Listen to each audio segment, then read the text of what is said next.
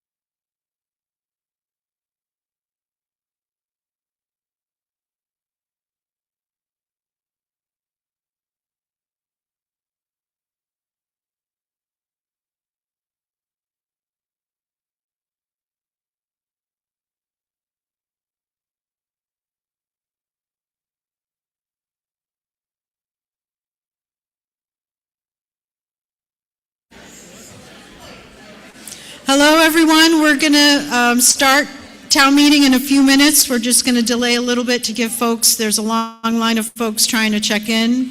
We'll do that, so a few more minutes. Thank you.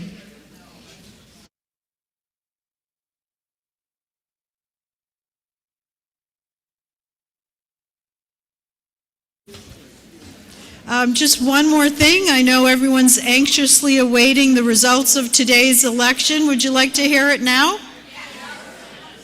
Okay. Another big surprise this year, everyone who was running for an office won. Congratulations.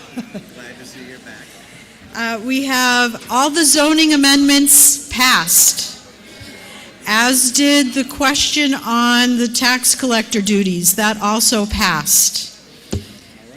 We had one write-in race for supervisor of the checklist. There were a number of write-in names, and there is a tie. There are two people that each received a total of 2 votes. Yeah, I don't know what happens. I think the select board picks. I don't know.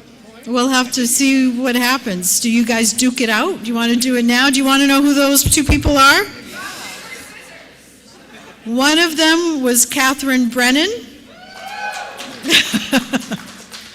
And the other one was Katie Smith.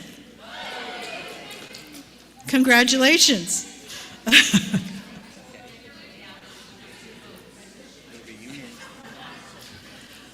For those of you who don't know, and I'm not sure if Katie knows and Catherine know, what the supervisor of the checklist does, it's a very important job. We have 3 of them. There's a team of 3 supervisors of the checklist. Their job is to register voters in town.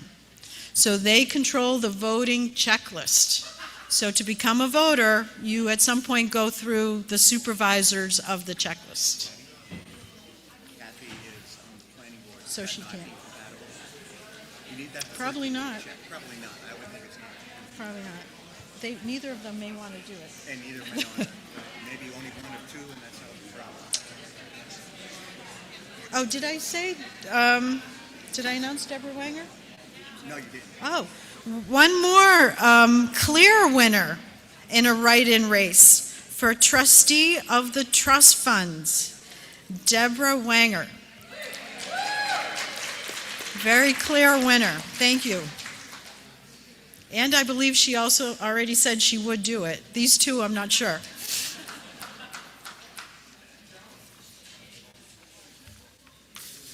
Okay, that's it. We're still going to wait just a few more minutes.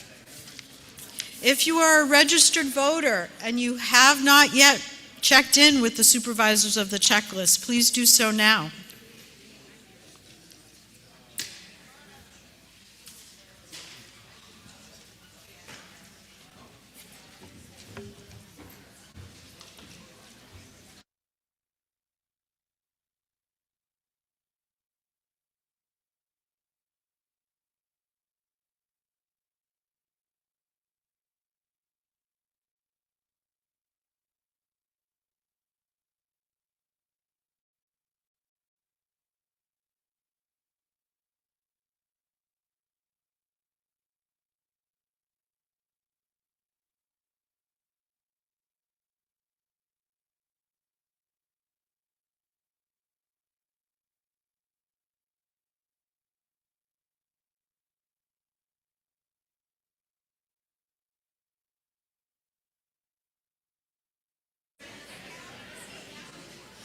I want to thank all the poll workers, the volunteers who worked the polls today, and the election officials. A lot of us were here all day since early this morning to conduct the election. Thank you very much.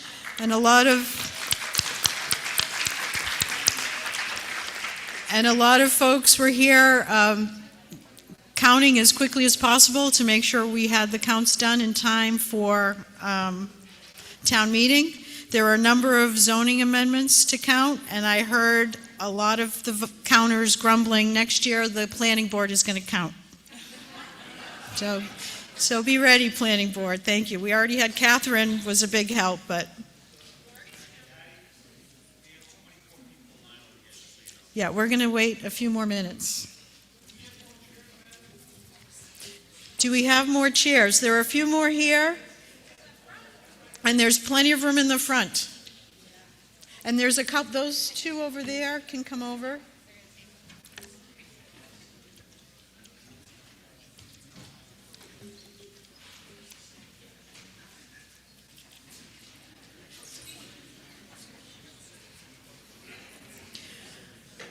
While we're waiting, has everyone picked up the handouts? There are a number of handouts. You should have the budget, the slides from tonight's meeting. There's a sheet with an explanation of the select board warrant articles, ordinance articles. I think they were 33 through 37. There's an explanation sheet for those.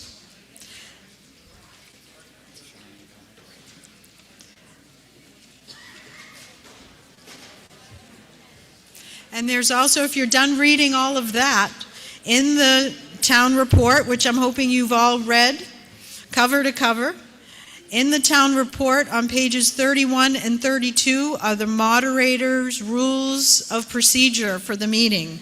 You might want to take a moment to familiarize yourself with those.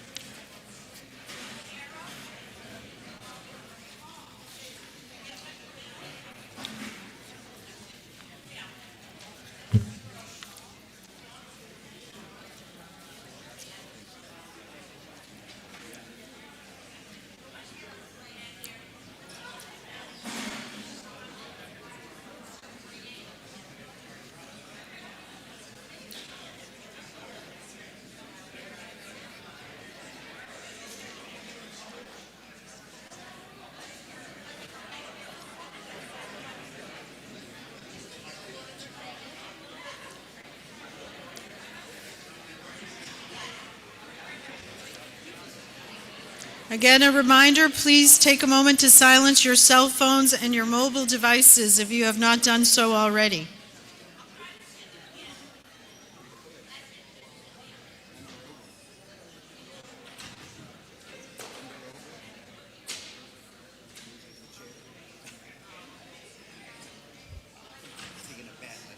There's plenty of seats in the front, folks.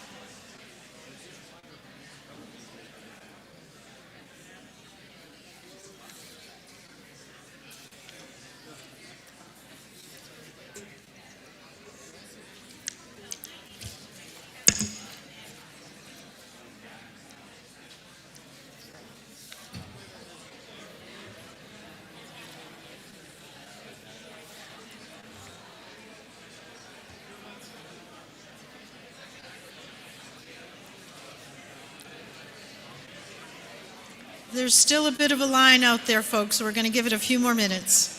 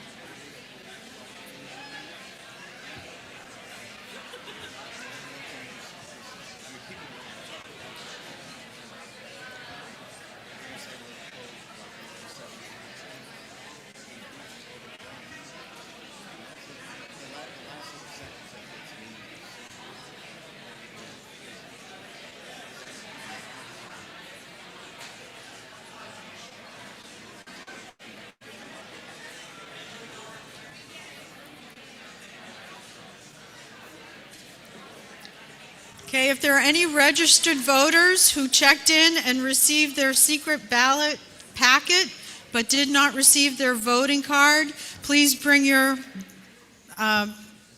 packet to the supervisors and show them you have that but not your card. You need both tonight. Anyone? Does anyone who's a registered voter not have both a ballot packet and a voting card?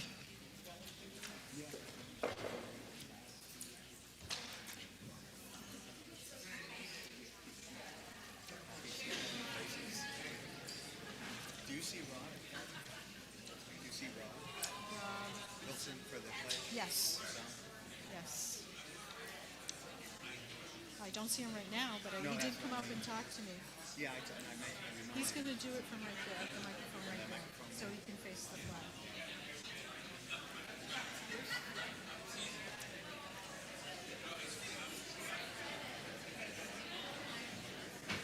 But I don't see him right now. Yeah, no, I was looking in the audience. They want to fall out.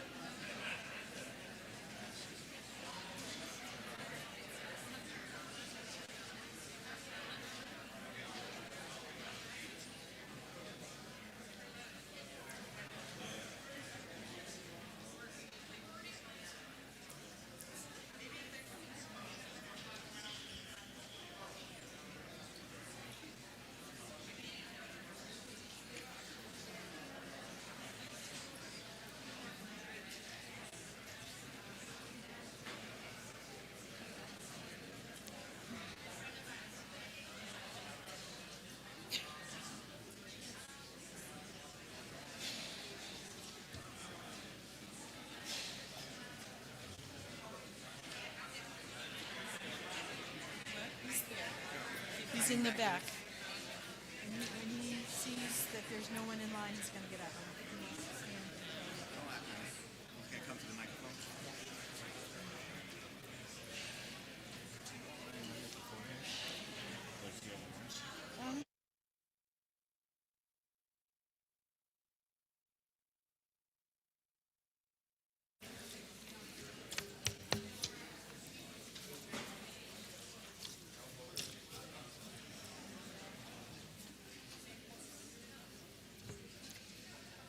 Okay, just a couple more folks.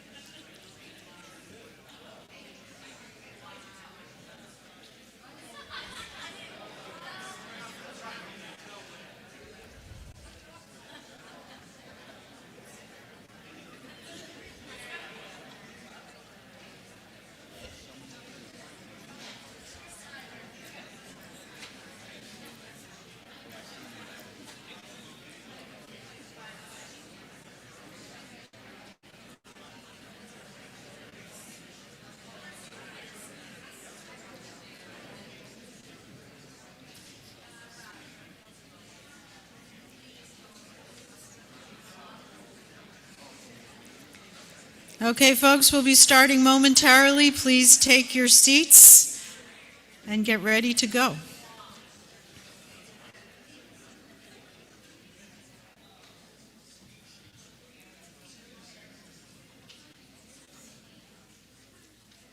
Okay, town meeting is officially open. Welcome, everyone, to the 2026 Waterville Valley Town Meeting. My name is Patty Fergal. I am the town moderator. It's my job to ensure that our meeting proceeds in an orderly fashion. Again, please silence your cell phones and your mobile devices. And at this time, I'd like to introduce Rob Wilson to lead us in the Pledge of Allegiance. This is Marine Machine Gunner and Platoon Sergeant Rob Wilson, and also Waterville Valley resident. Rob served in Iraq and Afghanistan. For his service, Rob was awarded a number of combat service medals, including the Navy and Marine Commendation Medal with the V device for valor in combat. Thank you. I pledge allegiance to the flag of the United States of America and to the republic for which it stands, one nation, under God, indivisible, with liberty and justice for all. Thank you.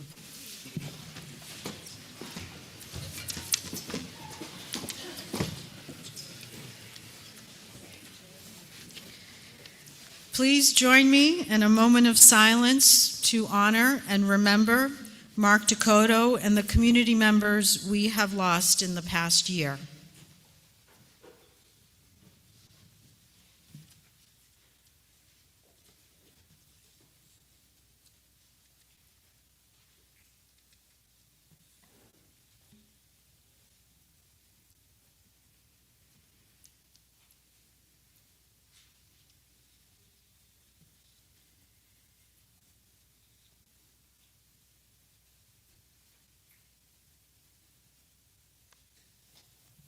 Thank you. Next, I'd like to introduce the chair of the Select Board, Rich Rita, who has some introductory remarks. Thank you, Patty. Good evening, everyone. I just wanted to take a moment here at the very beginning to, first of all, recognize that this is the first town meeting we've had without the steady and competent hand of Mark Dakota. But I also would like to say that since his passing, town staff has very much stepped up to the plate and been extremely helpful and very, very much appreciated by the Select Board, and I'm sure other town residents, for the work they've done to do what we could in Mark's absence. In particular, I would like to thank our interim town manager and assistant town manager, Steve, and of course, Director of Municipal Services, Dylan, both of whom have been very critical in the running of the town, and especially for what we are going to discuss this evening. So I think it would be useful to give everybody a status of the search for a town manager, since we're all pretty much gathered here. The Select Board established a search committee. On that search committee were several former Select Board members and senior town staff. And we also hired a recruitment firm to help us with the whole process. It's been going on for several months. The search committee has narrowed down the candidates to 3, and within the next couple of weeks, the Select Board will be interviewing these candidates and hopefully selecting one of them to be our next town manager, pending contract negotiations and so forth. So that's the short version of where we are with the town manager search. I think I'd like to say as well, the Select Board is looking forward to working with the new town manager, who after settling in will be charged with reviewing town operations, structure, and public communications from top to bottom. With the new town manager after a quarter century, we will be entering a new era for the town. Moreover, changes are coming in how the municipal government provides key services, and major development, the likes of which the town hasn't seen since the 1980s, is potentially on the horizon. In all of this, the Select Board will continue to be transparent and open to resident and other property owner input and helping us form our decisions. To that end, it has already established a Municipal Solid Waste Committee and a Community Power Committee staffed by residents. We also had established a committee to help us with the new wastewater treatment facility in terms of helping us get the word out to residents. And it also now plans to establish a financial analysis committee to bring more light to the expense and revenue process throughout the year in the lead up to town meeting. With the steady hand of a new town manager, a town staff committed to efficiently providing the services required by residents, a Select Board providing overall guidance to staff, and an involved community providing direction to the Select Board, this Select Board is convinced our town will be just fine, whatever the fiscal or economic challenges come its way. Thank you. Thank you, Rich. I'm going to quickly go through and introduce the rest of the people at the front here. That was Rich Rita, Chair of the Select Board. We also have Wendy Rathgeber, who is Vice Chair of the Select Board. Dan Bancroft, Select Board member. Interim Town Manager Steve Royer. Taking minutes is Town Clerk Assistant Kristen Fischev. Tracking appropriations tonight, Finance and HR Director Katie Crawford. We have a bunch of department heads here. Director of Public Safety, David Noyes. Director of Municipal Services, Dylan Tucker. Director of Public Works, Megan Bubar. Recreation Director, Brooke Wakefield. Not seated at the head table, but I saw there's a celebrity glimpse of Post Office Manager Tony Stewart.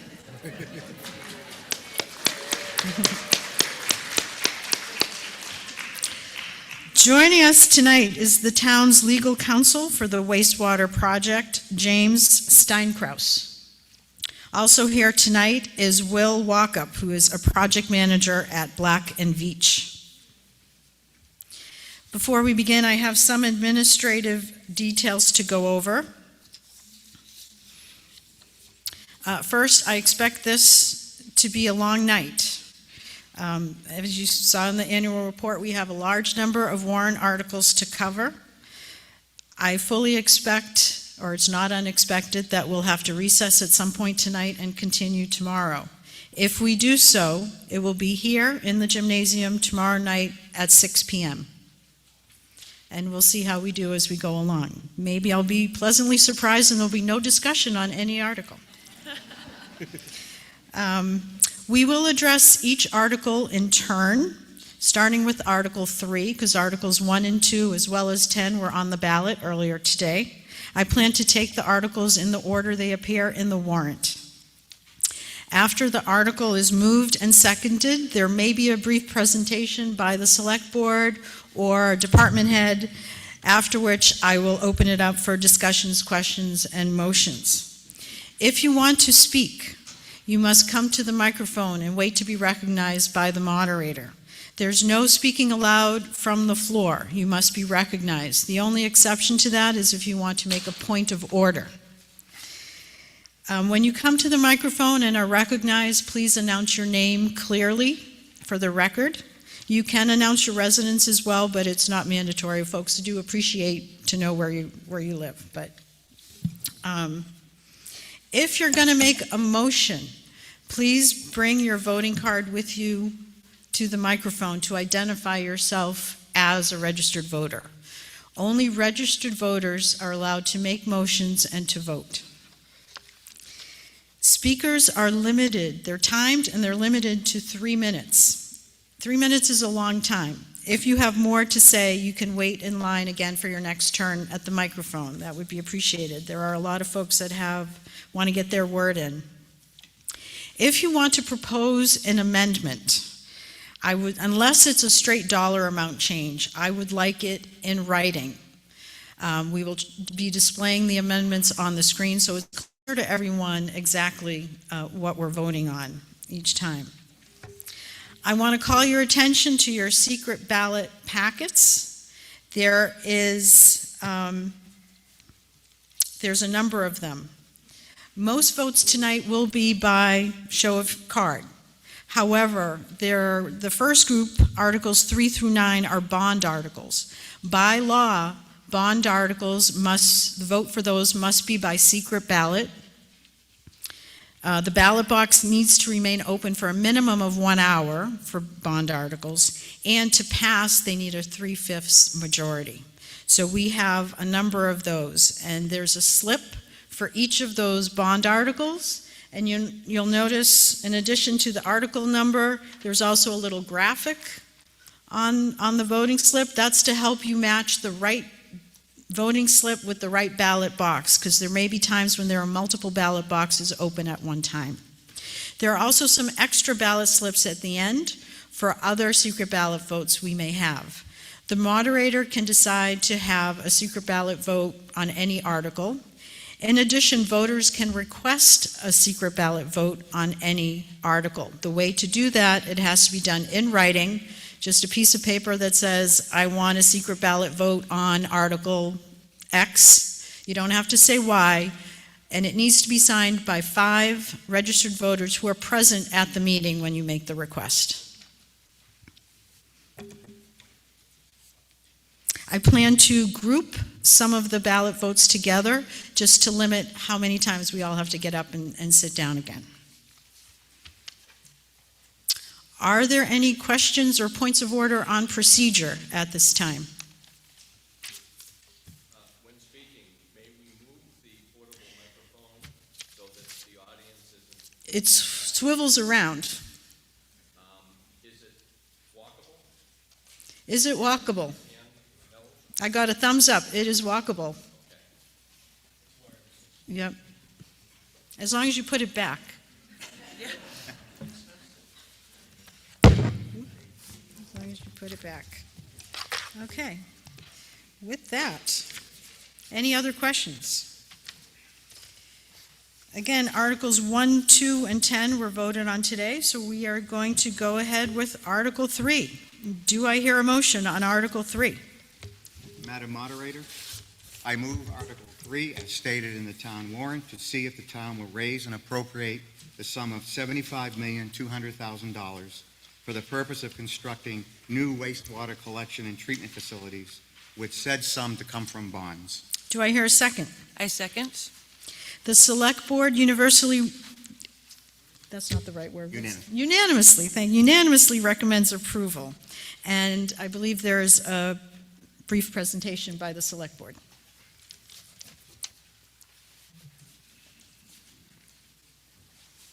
Thank you, Madam Moderator. Hello again, everybody. So the Select Board would like to make a few comments to put things in context. We have many more people here today than what we had at the public hearing on this, so I think it may be helpful to inform them of some of the things that have transpired on this project that is obviously seized our attention at the moment. The Select Board would like to make the following statement before the discussion of Article 3. The Board continues to review the technical, legal, and financial questions surrounding the new wastewater treatment plant that the town must build to replace the current plant, which is truly on its last legs. In this, we are aided by firms who excel in engineering wastewater facilities in conditions similar to Waterville Valley's, worked many years in the field of wastewater law, and specialize in the financial questions surrounding the construction, operation, and maintenance of wastewater facilities. In addition, the efforts of the town wastewater plant's two-man staff have been critical. Over the past few years, they have kept our obsolete 55-year-old plant running and have served as the town's in-house experts on what the town needs to do regarding not only a new plant, but how to keep the current plant operating in its poor state.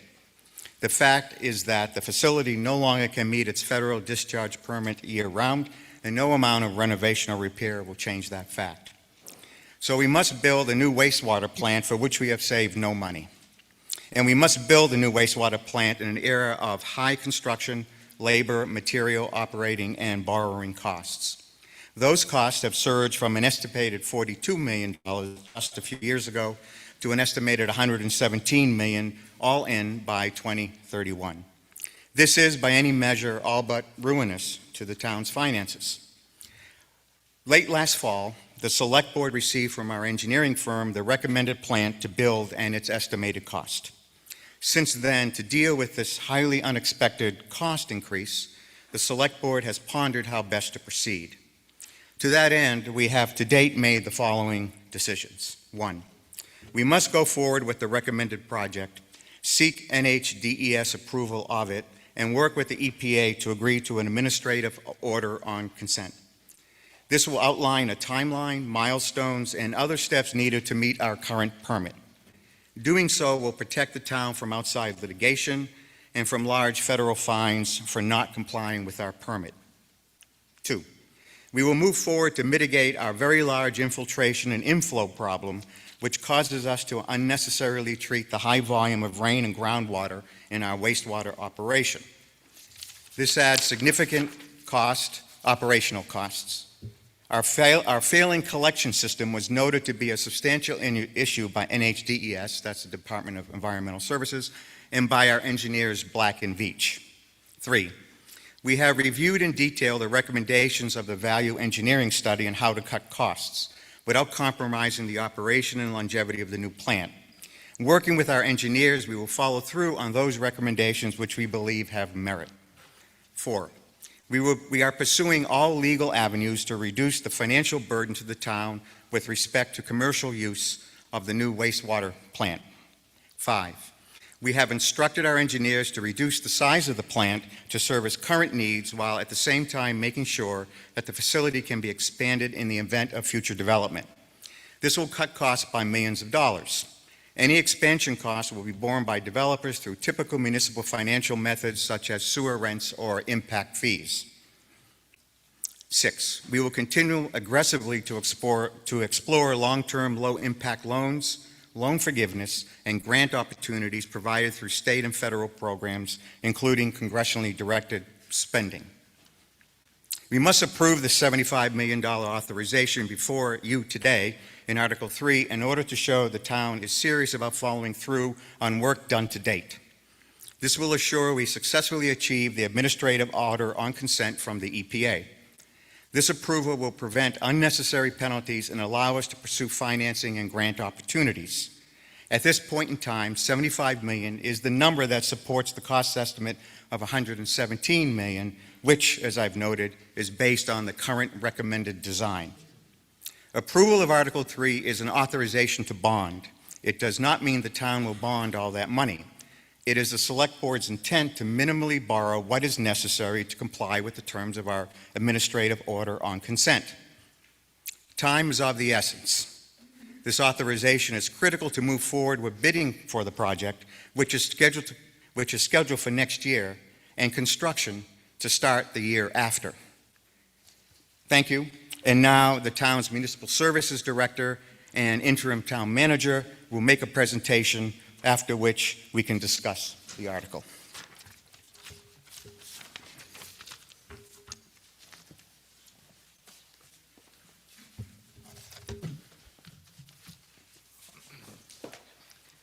Thank you, Rich. Good evening, everyone. My name is Dylan Tucker, Director of Municipal Utilities for the town of Waterville Valley. I've been working on this project for roughly 5 years now.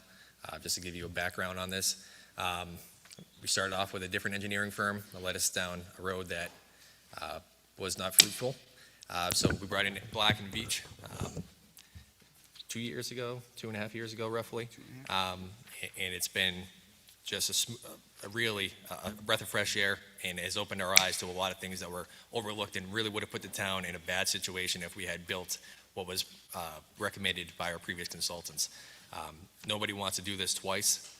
That's not an option here. So we want to make sure that we can get through this with a minimal cost, but also with a facility that provides longevity, and just like our existing facility has. So brief presentation for you. Waterville Valley Wastewater Treatment Facility has served our community for roughly 50 years. It was built in the early 1970s. It was funded 95% by the Clean Water Act. 5% was funded by the town. The other 5%, so 90% federal, 5% state, 5% debt service by the town at the time. It was constructed utilizing cutting-edge technology during its era. It actually was constructed to model a drinking water treatment facility. It's just, when I took this job, I had never seen a facility anything like this, and it's unique to Waterville, just like Waterville is unique to most other places. The facility, again, has reliably treated wastewater for residents, businesses, and visitors, protecting the Mad River and the natural beauty that defines Waterville Valley. One point that I would like to make that I think many of you are aware, but maybe not all of you are aware, we have, if not the strictest, one of the strictest discharge permits in the entire United States of America. And that the reason for that is the Mad River is classified as an outstanding resource water. The EPA does not look at anything outside of that. The outstanding resource water criteria it has definitions within it, and there's no wiggle room in that.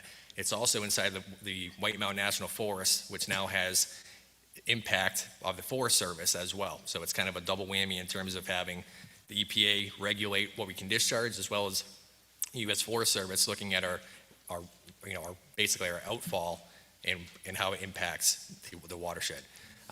Approval of this additional funding is critical to securing loans, either through bonds or other sources such as congressional directed spending, as Rich mentioned previously, federal and state loan programs as well.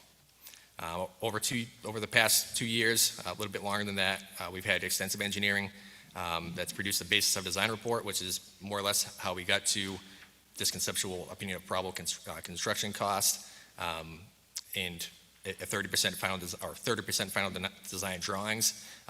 Within that 30% final design drawings and that basis of design report, there's been preliminary design that's essentially outlined our secondary treatment process, our site plan. It's showing us that because of how tight of a footprint we're building this facility on, we have to now build groundwater treatment technologies because, again, there's not a whole lot of room in Waterville Valley to develop this facility on. It affects the overall footprint of that facility to the extent that it now triggers groundwater treatment, or stormwater treatment rather. The technical feasibility of the sanitary sewer line that goes up to the base lodge of the White Mountain Ski Resort, as well as looking at a septic leaching field system to replace the existing septic line that comes down from the base lodge. Also value engineering. This just wrapped up this past February. There's been a number of good, solid suggestions that our engineering firm Black & Veatch is going to spend ample time on, investigate further. on the order of magnitude, we're hoping maybe 10% of the existing cost of the facility we can cut out of that through value engineering. Again, there's some good things, some things are pie in the sky, but overall, some solid ideas. Preliminary results, as I just mentioned, basically are showing that we have an extreme inflow and infiltration problem. As Rich mentioned previously, the reason that that's an issue is when we have rain events, we're treating hundreds of thousands of gallons of rainwater that come into our collection system. We cannot have that going forward. If we want to build a facility that's going to give us longevity as well as limit expansion of that facility, we need to reduce our I&I. It's realistically, that's the number one thing that most regulatory agencies will tell you to do, is to reduce your I&I before you look for any future capacity. So, Dylan, can you tell them how that we will bring that into effect? sure. So you're talking the reduction of I&I, Dan? So the reduction of I&I, the way that we're going to do that is camera the entire system, which is also part of our existing NIPDES permit through the CMOM Capacity Management Operation and Maintenance section of our permit. And by cameraing, video, basically CCTVing the entire collection system, will show where the deficiencies lie, how bad the deficiencies are, what we can do for means and methods to fix those deficiencies, and through that, investigatory phase, it will outline a path forward for how we can remediate a lot of this I&I.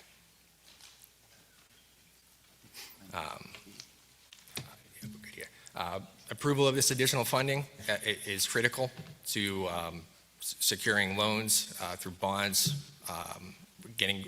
being able to obtain grants, and revenue such as congressionally directed spending, federal state loan programs. Let's see here. Approval of the additional funding now will avoid fines by staying on track with our compliance schedule. So Rich touched on this just a few minutes ago. So the reason why we had to obtain an administrative order on consent is because when we first received our permit, the effective date of it was 2022. We were supposed to be building a facility and complying with a compliance schedule from 2022 to have a new facility built in 5 years, which would have been 2027. As you're all aware, we have not started to build a facility yet. We're asking for an AOC from EPA to protect us from fine structure as well as outside litigation from conservation, third-party conservation groups, and that's truly the only way that we're going to be able to build this facility is via another 5-year extension that EPA has shown promise that they're willing to grant it to us as long as we're going to play ball with them and do what we say that we're going to do. Aside from that, approval of this additional funding now provides the town with support to obtain the AOC, as I just mentioned. A lot of people in this room may think that there's wiggle room with the EPA on this. The problem is that we've used our capital already with them giving us an AOC. They don't typically like to give a 5-year extension to an AOC via an AOC. They like to do a year at a time because what they can do is they look at it a year at a time. They see that there's progress being made and they can extend it out further than that. They're showing us some goodwill by giving us this 5-year window to make this happen as opposed to a year at a time. And I believe, Steve, next slides are financial. Sure. Thank you, Dylan. So this part of our wastewater treatment plant information session that we had shortly after our budget hearing went into the financials in a lot more detail than what I'm going to present to you today. But this chart here is representative of our engineering consultants putting out, all right, when you're talking $117 million, what are the focal points that make up that total? So this chart here shows that the construction of the new facility itself is estimated currently at $76.8 million.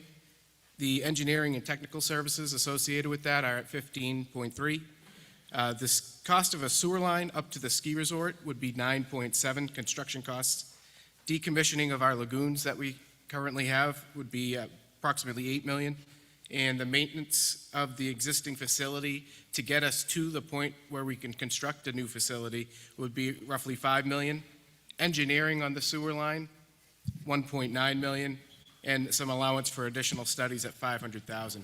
We thought it was important to show what we've already had approved by the town. That $42 million has already been authorized, and that was in two different bond authorizations, if you recall, one for $5 million and the other for $37 million, which leads us to why we're here today to request the additional $75.2 as the balance of the current estimates of the project. We do have some loan forgiveness, correct, Steve?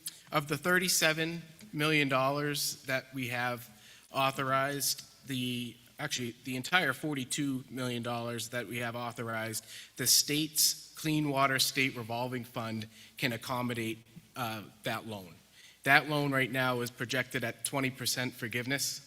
That percentage has moved over time. We've heard estimates of 35 to 20, so right now what we're looking at is 20% loan forgiveness off of that $42 million loan with the state's Clean Water Revolving Fund.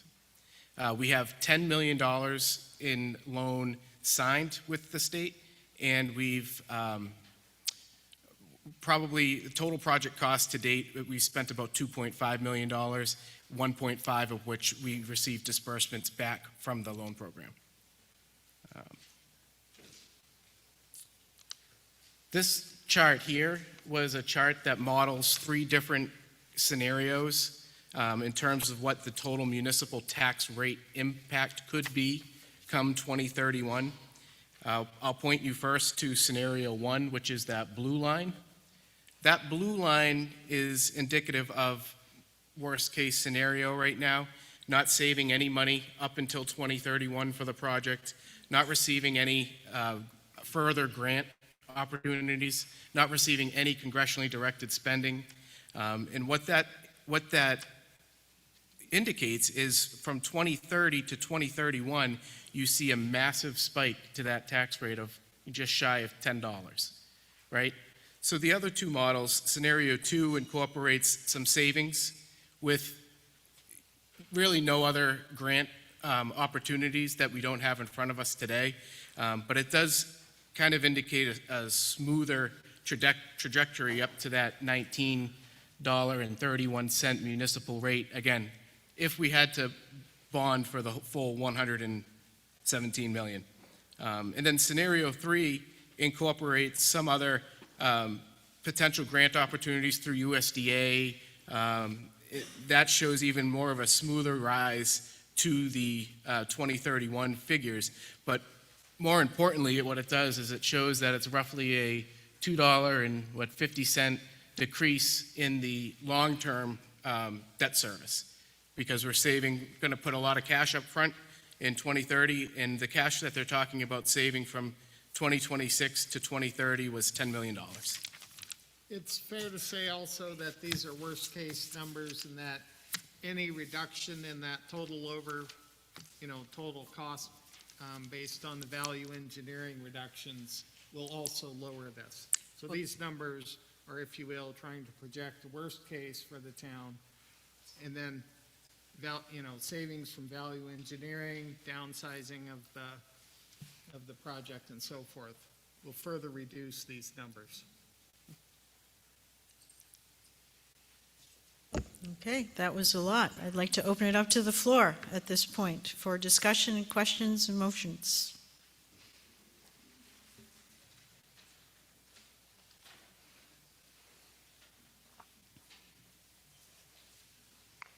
Hi, my name's Amy Dill. I'm a licensed engineer. I have 25 years experience in this industry.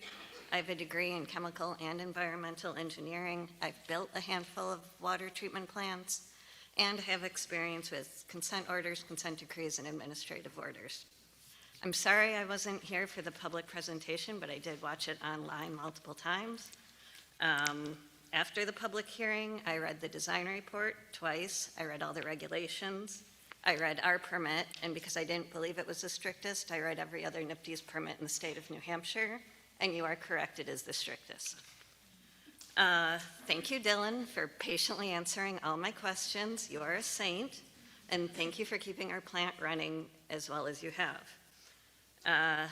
Thank you, Select Board, for your announcement and for agreeing to right-size the plant. I appreciate that. You saved me a lot of talking tonight. I have the utmost respect for Black & Veatch. I have no problem with the process that you are proposing. My only issue is the size of the plant and the cost associated with the size of the plant. If it was right-sized and if we had the correct price for that, I would be your biggest cheerleader. But because of that, I will not be voting yes for this $74 million. Thank you. Thank you. I would, if I could, just, address that. As has been mentioned a couple times, it is not the Select Board's intention to spend the full $117.2 million. That is simply an amount that is what is in front of us currently.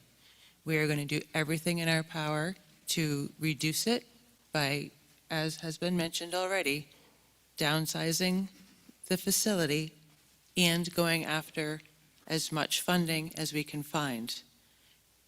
Our main concern right now is getting the administrative order on consent to reduce the jeopardy that the town is currently in for outside conservation groups taking us to court because we're not operating year-round within our permit.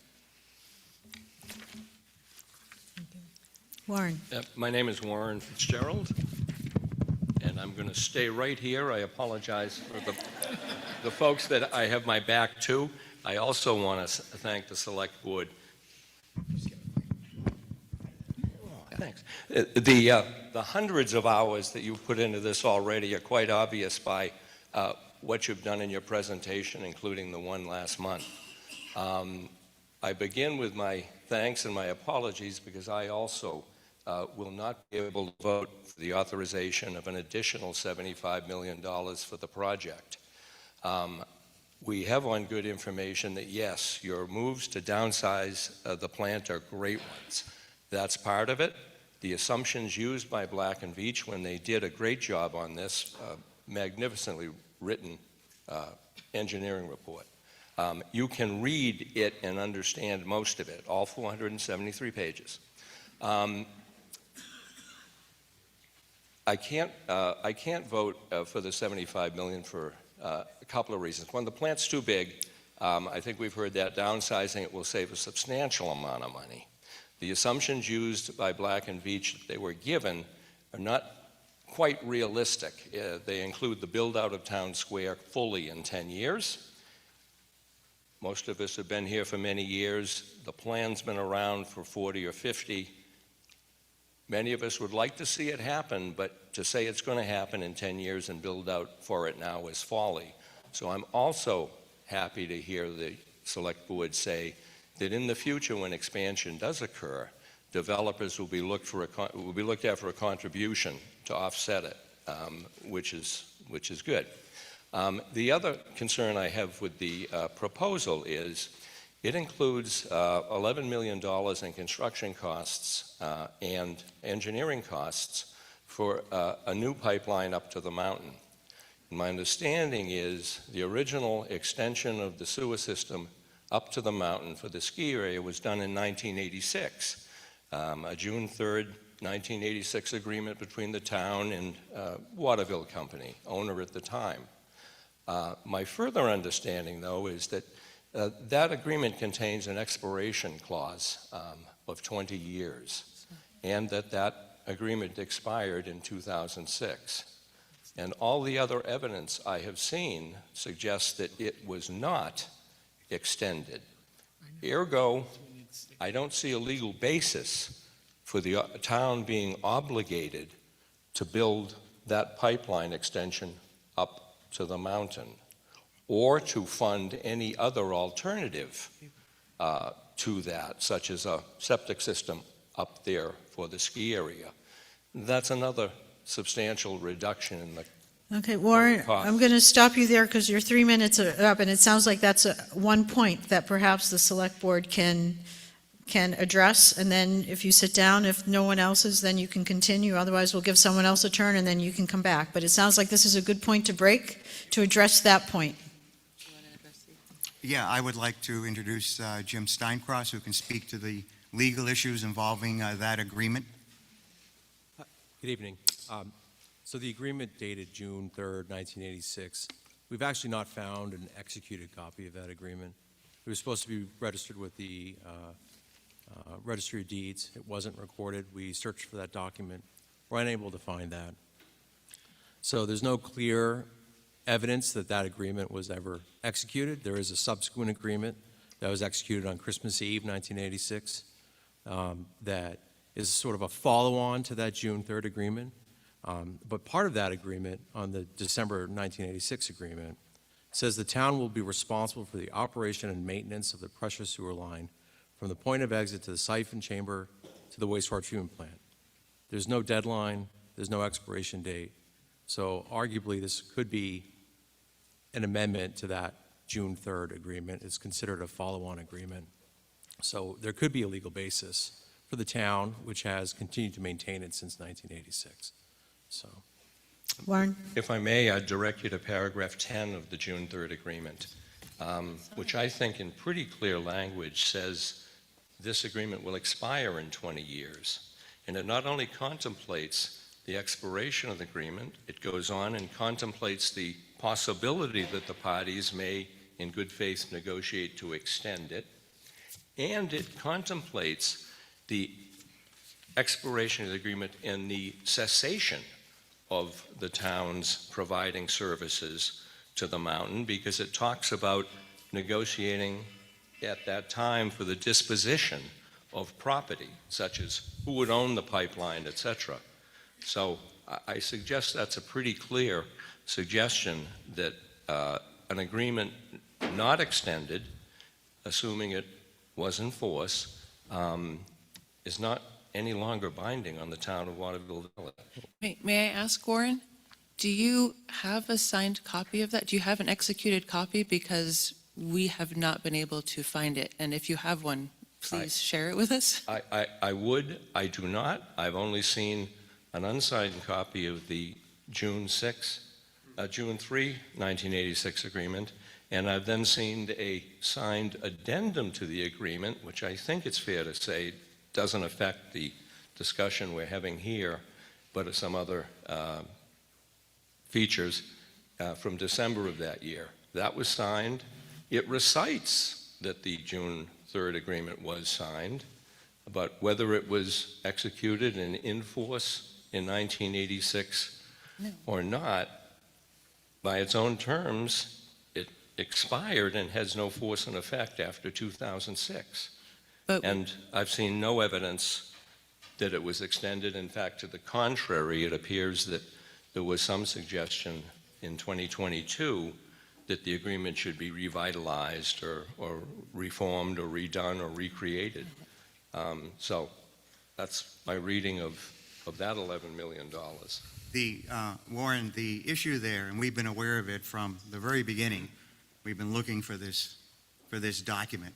But the provisions, the paragraph 10 that you cited, was an undated draft, as best we can tell. It looked like it was draft 2.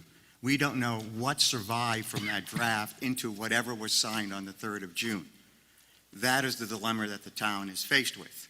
So, and based on what the extension to that agreement signed 6 months later states, it could perhaps imply, I'm not a lawyer, it could imply that the agreement to maintain and operate the line would be in perpetuity. But we do not know.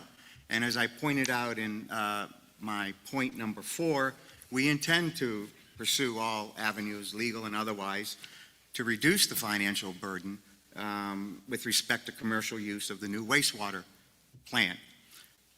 We don't think tonight here this is resolvable. We have included it in our estimates of the cost because that is that is how the plant and its associated cost was presented to us, presented to the New Hampshire Department of Environmental Services, and presented to the EPA. That's really the issue we're trying to get to here. We need that AOC. And making changes in the amount that we're requesting is likely going to damage our ability to get an AOC with the EPA, and that opens us up to litigation from outside groups. Plus, a lower amount, which is what I assume, where I assume you're going, will restrict our ability for grants and so forth, low-cost loans, all the things that we've talked about, seems ad infinitum, in that we will be looking for percentages of a smaller amount. Right now, we have an engineering plan for a plant that was produced by a recognized engineering firm who's built these types of plants before. We have a cost estimate associated with it, and we have an EPA on the verge of granting us an AOC if we show that we intend to follow through with the plan in front of us. That was what we were trying to say at our public hearing. And as Wendy said today, it's certainly not the intent of the Select Board to bond all of that money. We are working to reduce the cost of this, and anyone who follows us, if this thing is going on, is going to be doing the same thing. So really, we can talk about what it costs, $8 million here or $11 million there. I don't think that's the relevant question in front of us. Thank you, Rich. I want to give someone else the opportunity to come up to the microphone. Can I make a comment, Patty? I want to give someone else the opportunity. We've talked about this for a bit. You can do so in a little bit. We're moving on to a different topic. We can come back to that if the meeting chooses to. Barbara Bancroft, Cascade Ridge. I have two questions, actually. Just something that I thought as you were clarifying things. So if we vote a little bit higher amount, we can get more grants. Is that correct? Maybe. We don't know for sure, it stands to reason. but opens us to higher grants. So our grants will be based on what we vote. Not that we want to spend all of that, but, wouldn't it be nice to get 95% granted? If all of us write grants, maybe we could. The second one, did I miss a slide on the amount of the fines and how quickly they could start? Because from what I understand, they could add up very quickly. And I've looked at an article about Epping or something like that, and they were on an order of $100,000 a day, which is $3 million a month. You can do the math. Yes, I think Jim can speak to that question. So the NIPD's permit issued in 2022 had a compliance schedule, actually, that the plant was supposed to be completed by September of this year. The town's already missed a number of milestones for design. Not necessarily the town's fault, but there's excuses for that, but the EPA runs on their schedule, on the permit. The permit hasn't been modified, it hasn't been changed. The maximum penalty for a civil violation under the Clean Water Act I just looked up has been updated to about $68,000 per day. It starts the date of the violation and runs consecutively on a per-day basis until the violation is abated. That is the reason why we're negotiating with EPA for administrative order on consent to avoid civil penalties. The other thing that AOC would protect with an extension would protect the town from potential litigation by outside parties to enforce the Clean Water Act. A citizen action suit can be filed to enforce the action, enforce the permit terms. And if a party is successful, even with a settlement, they could be entitled to their legal fees on top of any required penalties under the settlement, if that happened. So 68,000 a day, that's about $2 million a month. Am I doing the math right? I'm doing it quickly. So that's $24 million a year. And when would it start, potentially? It's started about 2 years ago. 2 years in the rear, almost 50 million.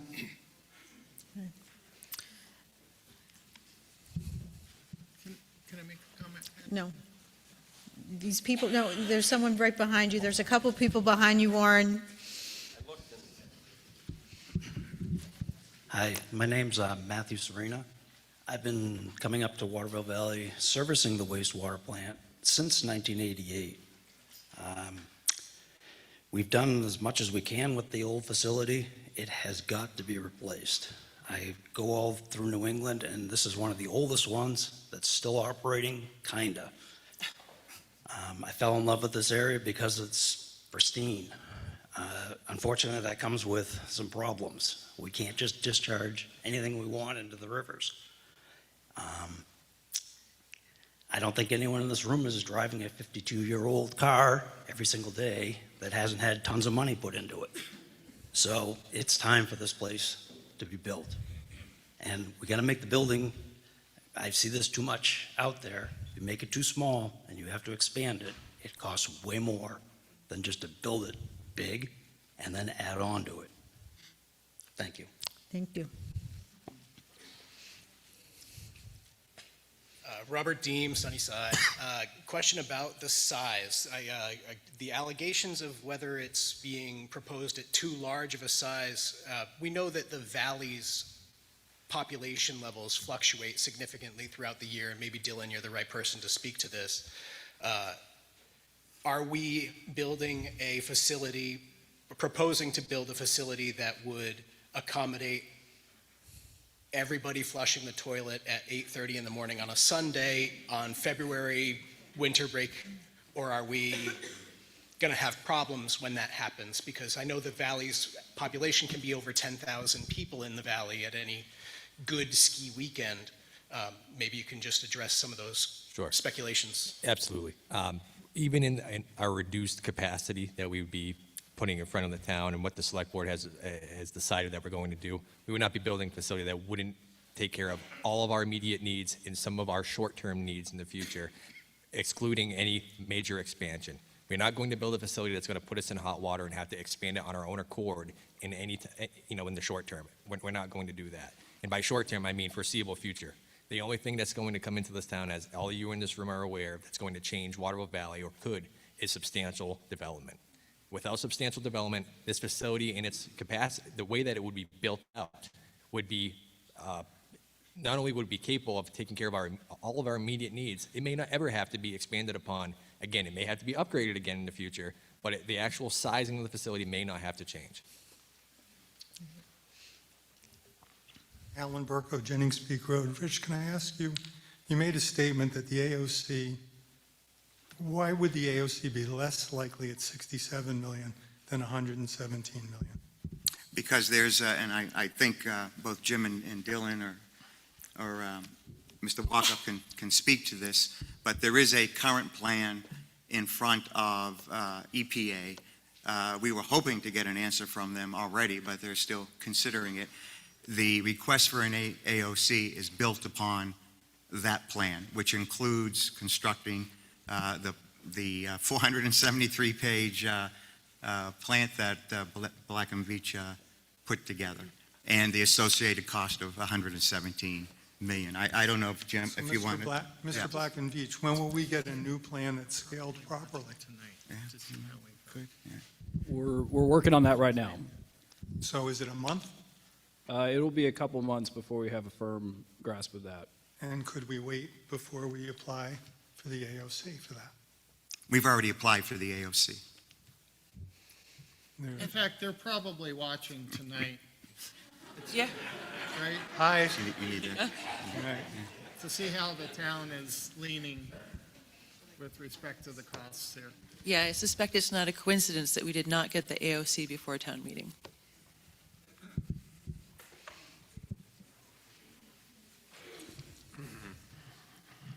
Stan Pecos, Noon Peak Road. I want to go back to the agreement, the two agreements.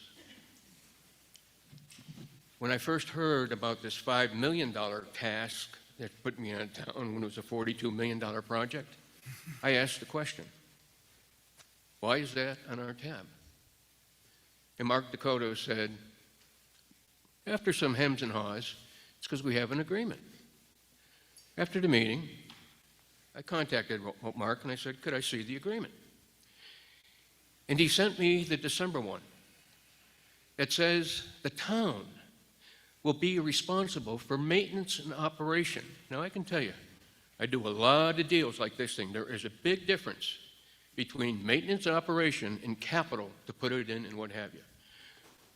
But then when I was reading the one-pager, I saw, hey, there's a connection. This is meant to clarify, meant to deal with issues in the original June agreement. Hey, Mark, can I have that June agreement? He sends it to me. Now, that June agreement, which everyone's questioning, how legal is it and what have you, you know, I'm going to tell you something. I don't think it matters. I don't think it matters at all. Because amongst other things, in that June agreement, it establishes the town will not be on the hook. The town will not be on the hook for that sewer line. What it does say, when it was Mr. Corcoran as a town and Mr. Corcoran as a ski area, the town will finance it. Then right away in that same agreement, the ski area will be responsible for paying that back, costs and expenses. So the town's not on that hook. You're looking confused there, Jim. Those are the words in that agreement. Okay, now I'm here tonight.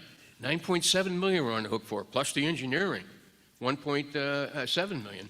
And by the way, I'll bring up this too. I suspect we've incurred a lot of legal cost dealing with that issue. I cite you, Jim, at the public hearing saying the second biggest legal challenge we got here is the sewer line. So I got to believe you've been spending good time. And look, I acknowledge your credentials. I acknowledge all the experience you've had with EPA and what have you. I remember that night you saying, you know, in all my experience, I've only seen one town with a more egregious number that they're looking for. And you cited Holyoke, Massachusetts, yes? $240 million. At which point I rose there and said, Jim, put that in perspective for me. Holyoke, Massachusetts, 240 to what is the property base that we're talking about to assess that to? And you said you didn't know. Now that bothered me. That bothered me a lot. Because here we're talking 120 million, 117 million, to a property base of only 700 residents, $750 million, and I know Holyoke. I had a new Just idea. careful on time. Get Stan. the answer. When you put it in perspective to the property base, we're 3 times as more expensive to the worst case you cited, okay?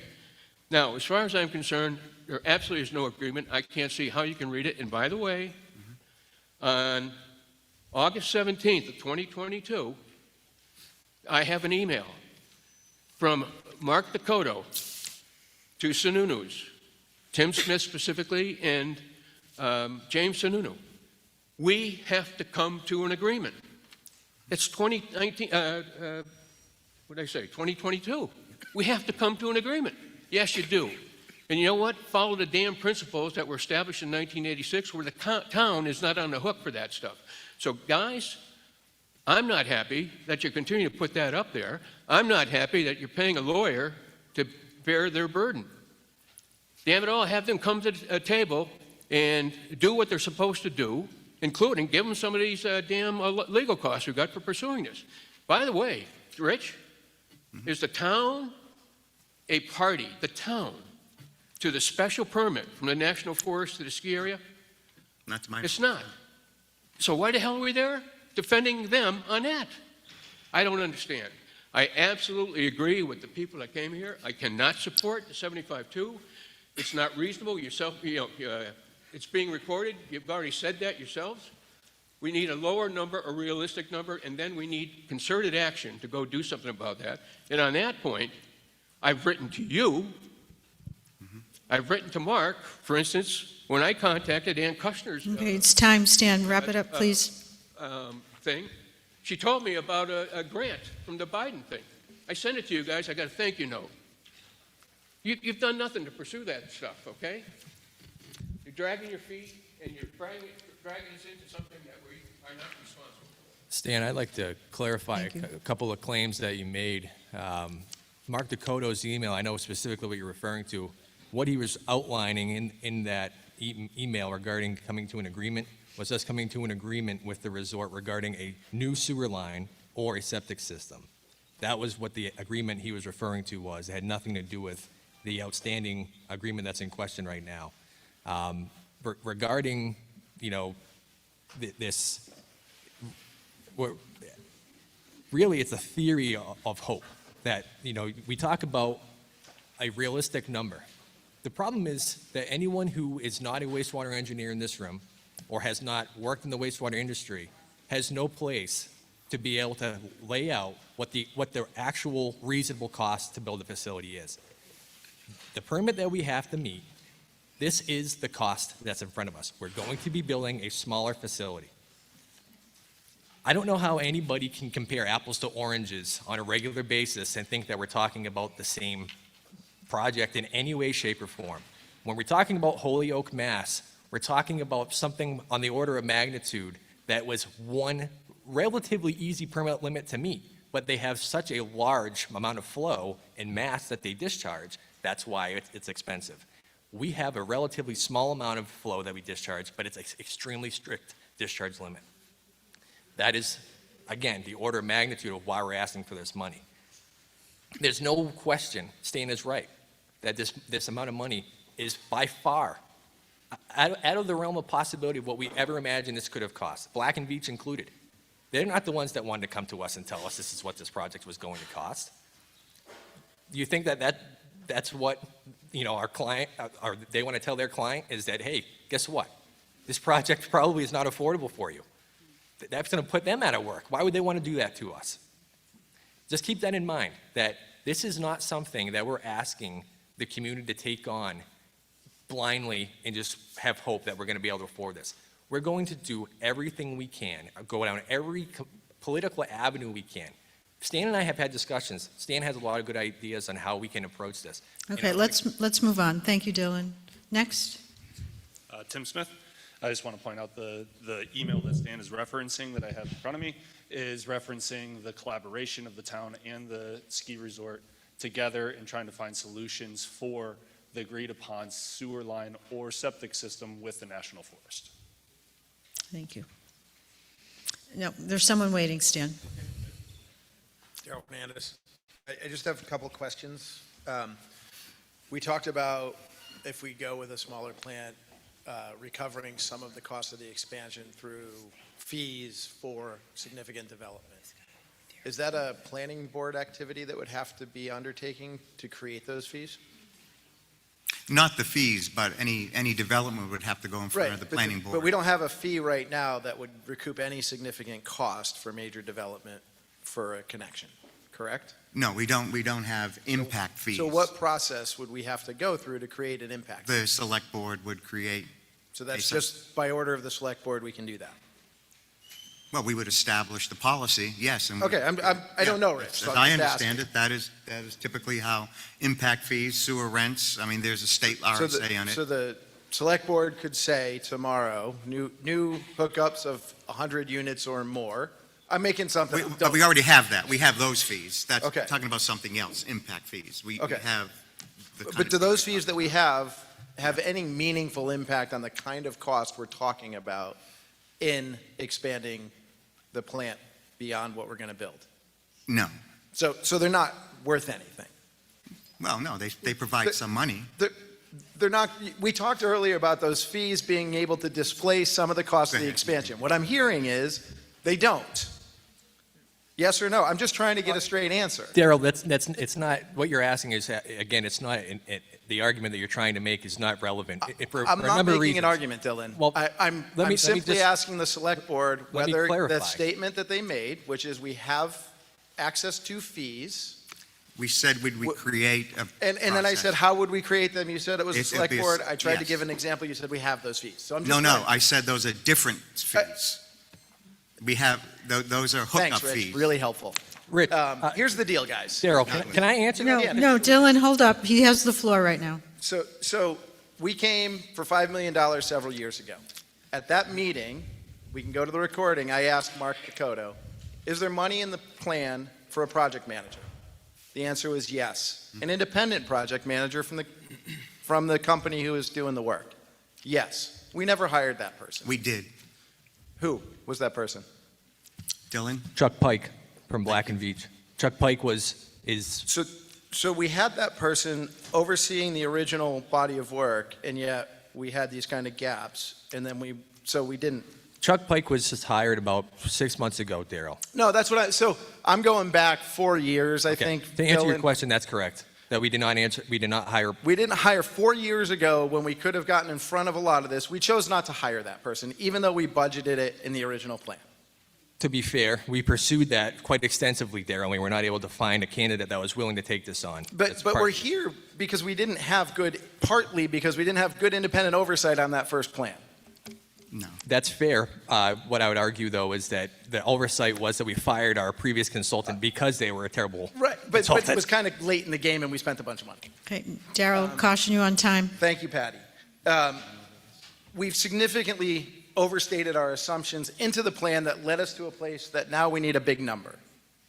We could have done a lot of this work up front and had the original plan from Black & Veatch that we submitted for the AOC with the right numbers that would have been a lower case. What you're asking for is a lot of hope and trust, and you haven't earned it. You haven't earned it to date with the actions. And I can't, in good faith, give you another check when you haven't earned the first one to this point by doing the things you should have done already. Stan, there's a number of people waiting behind you.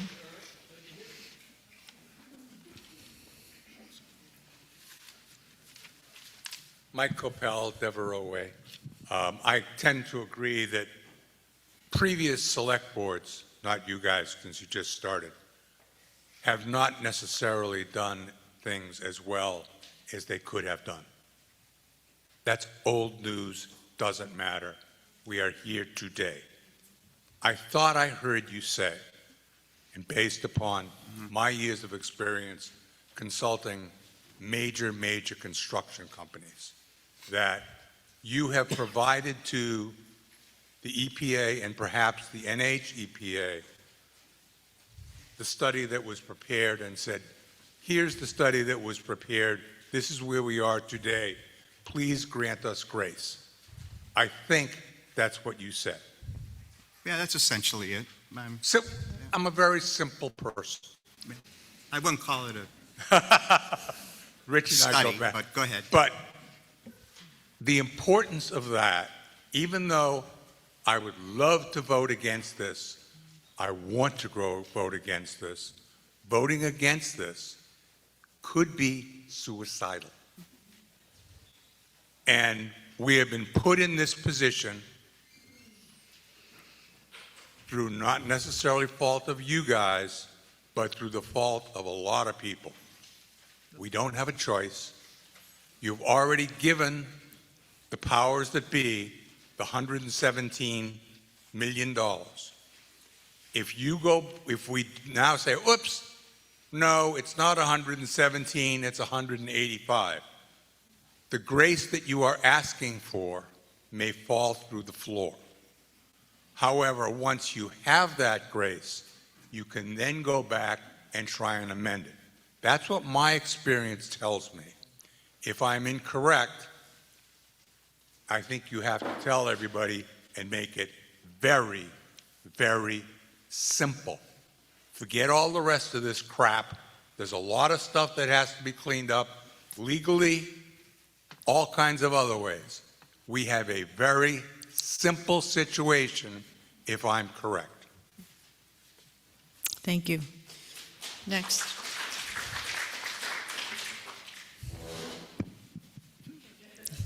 He's coming. Thank you. Mary Copeland, Fletcher's Way. I'd like to move the question. I appreciate all you've done, but I would like to move the question. I know there are people that are still waiting, that have been waiting to get back up and speak, so I'm going to hold that motion. There are a number of people. Okay, Warren, you've been waiting. Warren and Stan, I know I've held you off. Okay. Before we call the question, I owe, at least after Mike and these people, I owe Warren and Stan another turn, because I told them to hold off for everyone else. Hi, Mike Aronson, Boulder Path Road. As a former selectman, I want to say we're entering into a new era in Waterville Valley. The select board are volunteers who come to these boards with not a lot of expertise and not a lot of things. We have to learn a lot of things quickly, and we have to rely on the information that is given to us. And the information flow on this project has not been the greatest. I think we're catching up now to see what's happening. Dylan has done an exemplary job in keeping this together and putting us in a position to be in a position. So I just want to acknowledge that, a new era is about to start here. We'll have a new selectman, and hopefully people in this room will get involved, and instead of showing up at town meeting and just being, why wasn't this done, be a part of why we can do things. Everything is on the web with pictures now. That's why I got off the board, because the stuff I was saying wasn't going to translate real well to a lot of children. But be a part of it. Support these people. These people haven't come here to take advantage of us or do anything else. These are our neighbors who are trying to make the best town for us possible. So let's all work together. Let's get the communication we didn't have that has got us in this situation. And some things we have to swallow to do. And, I know these guys are not going to spend useless money, especially after tonight. Thank you. Thank you, Mike. Okay, we're going to let Reggie speak, and then Warren, and then Stan. Or Warren and Stan, you can duke it out. Who goes next? Reggie Breckner. I have just one question. If we approve tonight, and I plan on voting yes for it, because I feel you've done your due diligence, you've done a good job, and I trust you. But if we do approve it, what happens with the EPA if we come back with a new plan that's less money? Do we have to reapply? Do they accept it automatically? That's it. And thank you. I can take that one. More or less, so long as we're complying with our NIPD's permit and the project schedule or compliance schedule that's been outlined and agreed to between EPA and the town, there is no action that, unless you can correct me on this one, that EPA can take so long as we're complying with our NIPD's permit. Thank you. Which one of you wants to go first?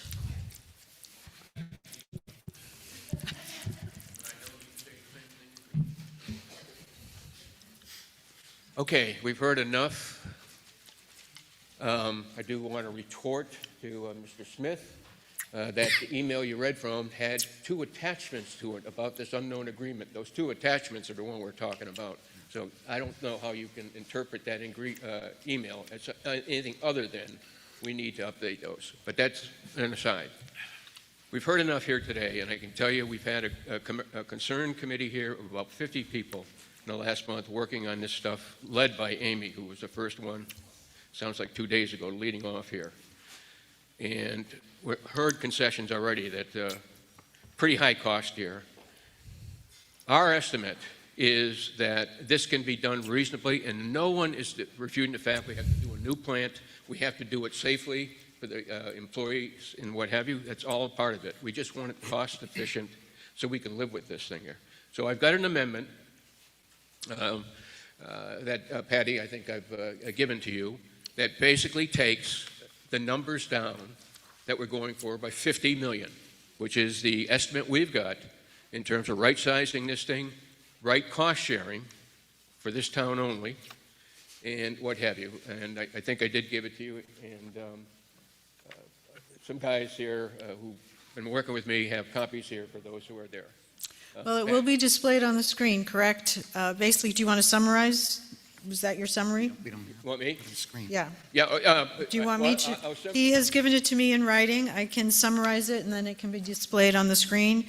Basically, the amendment changes the amount requested from $75,200,000 to $25 million.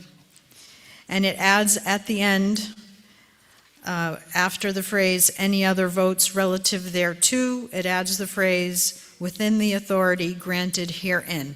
And I'll pass that That's down it. Yep. Thank you. to Katie. Do I hear a second on the amendment? Warren seconded. Okay, any discussion on the amendment? We are now discussing this amendment. Any discussion on the amendment? Warren. On the amendment, 3 minutes, Warren. I think it is crucial. Oh, I'm sorry. Well, I'm not sure I want you at my back. There's another screen over here. I'll stand in front of town council. He's accustomed to. This is part of the 3 minutes. All right. I'll tell you why it's crucial that we not authorize an appropriation of 75 million, but do restrict it to 25 million. I am sure the board will do wonderful work reducing the cost of this project, but frankly, for a lot of purposes, that will be too late. This tripling of the tax rate will not be all but ruinous. It will be ruinous. If we triple the tax rate in this town, we will have an exodus of the people who can't, number one, afford it, or the people who, in their discretionary spending, decide that the cost of their vacation home here in Waterville Valley is just too high. And please remember, the town of Waterville Valley relies upon, for about 80% of its annual fiscal budget, on non-resident condominiums, say 900 of them, that we don't live in and that other people do. Many of those people are on a budget, and you triple their taxes, and many of them won't be able to afford it. You triple their taxes, and most of them will say, I'm sorry, Waterville Valley's not looking so good anymore, and we'll have an exodus. And that will continue, and as it does, the tax rate will have to increase. And we could easily get caught in a downward spiral of increasing taxes and decreasing property value. That is the big problem with this. Some of us can take the 3 times taxes, but we can't take a 30 or 40% loss in our property value here. And I don't see any other route in the future for this if we approve 117 million in total instead of 67. And 2 reasons you probably don't want yet. That's first. The second is, if we approve an appropriation for an additional $75 million, total 117, every person we negotiate with in trying to reduce the cost of this project will know what our authority is. And if I'm dealing with someone and I know they've got 117 million to spend, guess what my price is going to be? So I don't think you'll be very effective in trying to reduce your costs. And at that point, frankly, even if you're successful, we'll have already dropped our property values and lost a lot of the value here we've got in Waterville Valley, because that starts not in 4 years when you may or may not reduce costs. That starts tomorrow if we pass an appropriation for another $75 million. That's why the amendment, capping it at 25, total of 67, is important. And it also allows them in negotiating Okay, Warren, time. in the future with people to say, May I respond? we don't have $117 million. Patty, can I respond to this, please? Because this is a point that needs to be made. Hold on. I have another request. Wendy first. Yeah, I feel a little bit like a broken record, but yeah. Wendy has the floor right now. Real quick. But as we've already said, this vote that we're asking for today does not mean we're asking everyone to write a check that will be spent. This authorization means that we have a ceiling, and our plan is to spend in the basement. We're going to do all that we can to reduce the cost. Dragging our feet and not approving the plan that's in front of us will jeopardize the AOC, and that will put us, continue our vulnerability to outside conservation groups coming in and litigating against us. Okay, I need to go back to the floor. There's a number of people to speak to the amendment. Well, State your name for the record. Joe Jacobs, I live at North Bay. I don't know anything. It's all very complicated. There are a couple of things I do know. Nothing goes down. Everything goes up. And one question I have of the selectmen, if we vote the 25 or the 75, how soon does it affect our tax rate? Next year? The year after? Because if it's 5 years, it'll be my ears that'll be paying it. So do we have an answer to that? 2031. Huh? It's upon completion of the project is when we start to repay on the debt service. So 2031 at the earliest. So if But we that vote- may not be, that may not be when taxes go up, isn't that correct? I've So heard it- taxes could start going up sooner, so. Patty, that would depend. It depends on, we posited three scenarios, worst-case scenarios, and one of the things that we are looking for tonight as well, it's a little bit off of the amendment topic, but is what does the town feel is the best scenario for us to follow? Part of that discussion will depend on the re-engineering that that our engineers, Black and Veatch, is doing to give us an idea what the cost would be of a reduced sized All right, plan. that's Okay, fine. so- Well, I but don't need a whole lot of explanation. That's- My that's the bottom bottom line. line is, if we pass the $75 million tonight, will this affect the tax rate next year? It could. Joe, I believe the board is planning on a series of public hearings and meetings to discuss what the financing plan will be in the short term. With these projected models, the two scenarios here show us building roughly $2.5 million per year in cash reserves. So if I go out and bond for those $2 million installments in the outward years, that will affect the town's debt service, and you will start paying on that sooner rather than 2031. So it doesn't matter really whether we vote for the 75 million or the 25 million or whatever, we're not going to see a giant tax rate come next year. Or are we? Not the full price, no. Not the full price? No. Double? We don't know, because we don't know half? what the re-engineered plant, what the cost will be, and then we have to Okay, aside determine from all of that, the finance plan. We haven't gotten there yet. okay, they're all volunteers up there working very hard. And I've seen lots of selectmen come in over the years that I've been here, which is over 45. And there's a couple of things I do know.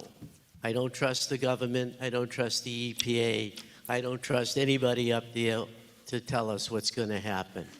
I do know that the price of gas went up 50 cents this week.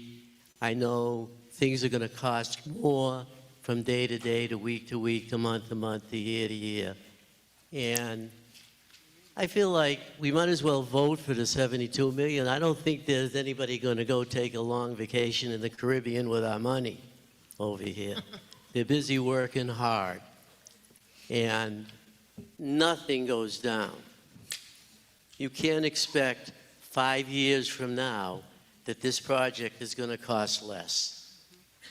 It was 40 million, 2-3 years ago? Now it's 100 million. If we don't do anything now, in 10 years, who knows? The EPA might come down on us, or maybe they'll let us open up a coal plant here. Who knows?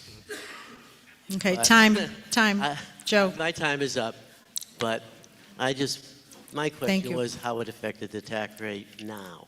Thank you. Barbara Bancroft. My vacation got canceled because of this. We were going to take European vacation. I'm here. If I can interpret this slide, our tax rate is about 7 right now. So 721. But we can see that first of all, these are the worst case scenarios. And then second of all, it's exactly what you just said.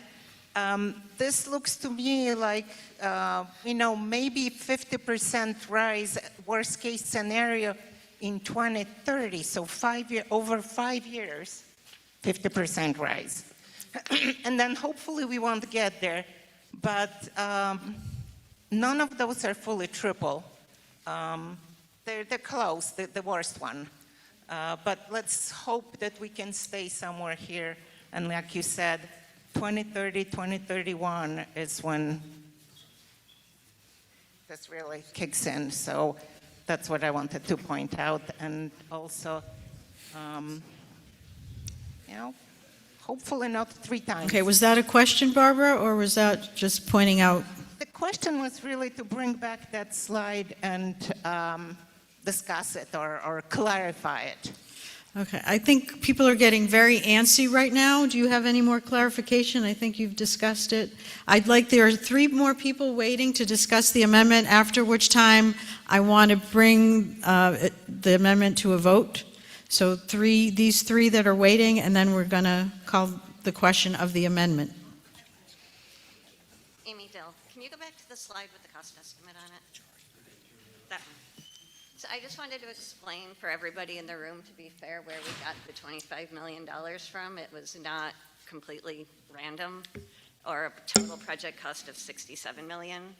We understand that the town does have planned growth. There might hopefully someday be more hotels, a party center, a gondola, whatnot, and that the plant needs to be prepared for that if and when the time comes. So in that, to get to the 25 million, we took out the line to the mountain and the engineering for the line to the mountain. We know we still need to decommission the lagoons, decommission the plant. We know there's still site work. The cost estimate in your presentation was a lot more detailed. So there was $9 million of site work. We left that. There was a $2 million new workshop. I think that's high, but we left that. There's $600,000 to decommission the current plant. I think that's low, but good for you. The only number, other than taking out the line to the mountain, the only thing we changed were the process costs. So you had, for the headworks and sludge removal, we reduced that by half, and the process itself, we reduced that in half, partially just to downsize the process, 2 MBRs instead of 1, and partially because of savings from the VE. I didn't hear until today that there might be 10 to 15% savings from VE. I used that just because. So those were the only numbers we changed, and that's how we got to the 25 million today for a total of 67. Amy, let me ask you a question. Are you aware of... Dylan, you can't ask a question. It has to come through me. No. Could we respond? I can't respond, Patty. You can't respond without me recognizing you. No. You have to ask me. Patty, can I respond? Yes, you may, Dylan. Thank you. Patty. Thank you very much, Patty. So, Amy, I guess my response to you would be, are you aware of the draft MBR rules and regulations in New Hampshire for innovative and alternative technologies? I am not. You cannot cut what you're proposing to cut out of this project. We can't take out 1 train and leave 2. You can cut out 1 train and leave 2, but I'm referring to your headworks and your sludge removal, what you're cutting out of that, what you're cutting out of the process, what you're cutting out of engineering. Because it's an innovative and alternative treatment technology, there's redundancy that's required for all of the headworks because it's an MBR. There's a disaster that's happened in New Hampshire known as the Epping Wastewater Treatment Facility. The state of New Hampshire learned from that. This draft, which I have in front of me, I anticipated this was going to be what came up tonight, so I prepared for it. We are doing everything we can to cut costs without building a facility that's going to run us into the ground with fine structure. We do not want to be like Epping, who is, as Barbara Bancroft pointed out, getting fined over $90,000 a day by the EPA and New Hampshire DES. We cannot afford to do that and build a facility. That's not sustainable. We are adhering to an MBR because it is the lowest capital project cost as opposed to a conventional activated sludge facility that then has tertiary treatment technologies following the secondary treatment process. If you want to go and change the project so that we don't have to adhere to these draft regulations, we're going to be facing a substantial increase in the project costs. This is the best case scenario that we can put forward to get us in compliance with our NIPD's permit. I understand, and I thank you for the clarification. I am not suggesting that we take out any redundancy, but there are cost savings to be had. Okay, thank you. Thank you. We have 2 more people who are waiting to speak. I'd like to hear from them, and then we're going to call the question of the amendment. Good evening, everybody. Anna Sandler. First of all, I applaud everybody for their patience. I know this has been a doozy tonight. I know. Speaking from someone who, by the way, lives in the only neighborhood who is not tied into the wastewater treatment system, just so everyone realizes that, it is my understanding from what has been presented to the EPA, and because I know we are dealing with a low-flow river and a pristine environment, that essentially if we do not approve the full 75 million, then we will face potential also state levies coming into the town. Is that accurate? Okay. And if we go back with the lesser amount, not only could that impact grants and funding, but there is potential if we cannot get the project cost down to that amount that the EPA can also reject that. Is that accurate? Yes. Sorry, I put him on the spot there. Thank That you. was on me. Okay, no, I just wanted clarification, so I appreciate everyone's time. Thank you. Thank you. And Barbara, Rob is going to be the last speaker before I call the question on the amendment, so you understand. Yeah, Rob Deems, Sunnyside, she basically hit my same point. I just really think that there's no benefit to cutting this into a third of what's being asked. What sits before us is obviously a daunting task, and municipal government has to aim for the high bar and hope to come in underneath it. That is simply how it works. We do this in all lines of government. We hope that we can keep the cost in something reasonable, and yet here we are. I commend the Select Board for the work that they've done so far. I really hope that the amendment fails and that we can approve this so that life can continue in Waterville Valley and that we can all enjoy the lovely place that we have.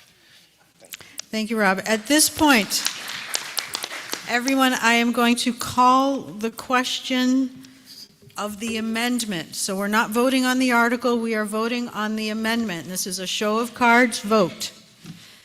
And it is a simple majority vote. So all in favor of the amendment to lower the amount, basically lower the amount to 25 million. All in favor of the amendment, please raise your card. Thank you. All opposed to the amendment, raise your hand. The amendment fails. Okay, now we are back to discussing the article as it was originally. Do we have any further discussion on the article itself as it was originally?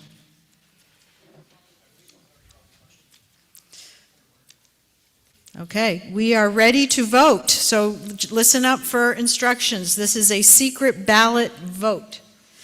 It must pass by 3/5 majority. You will get up quietly and orderly, mark your ballots, and it's this first one with the raindrop on it, and you're going to put it in the ballot box that's over there. And then you are going to return to your seats quietly and orderly, and we will begin addressing the next articles. So the time is now 7:50 and the ballot box is open.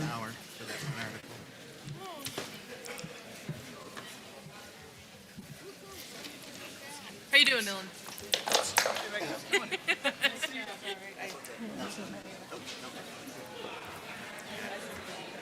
Yeah. Great job. I'm trying to keep it moving. Great job. Yeah. I don't want to stifle Dylan from speaking. No, but I he's know. been He's obviously his reputation is built on And this. everyone loves him, so it's Right. not that they don't like him. No, but that was absolutely okay. Yeah. I just remember Okay. that. I think the phrase will be "Mother, may I." Will that work?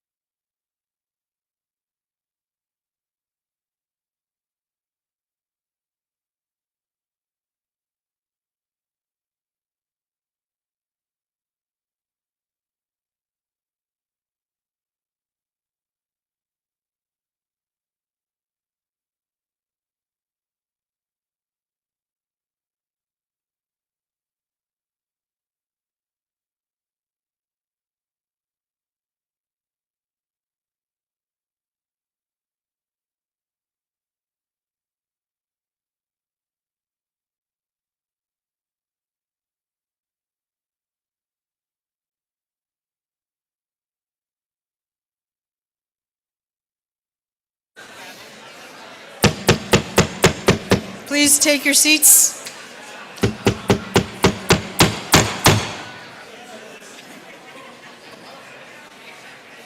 They didn't hear the first one.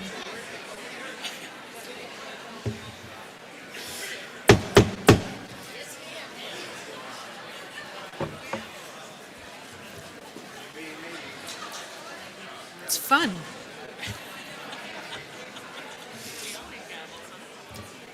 All right, everybody, there is more.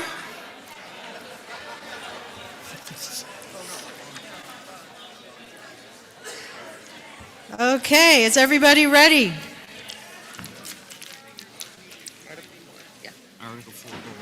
We are now going to go on to the road and utility improvements articles. I understand that Megan has a brief presentation before we begin.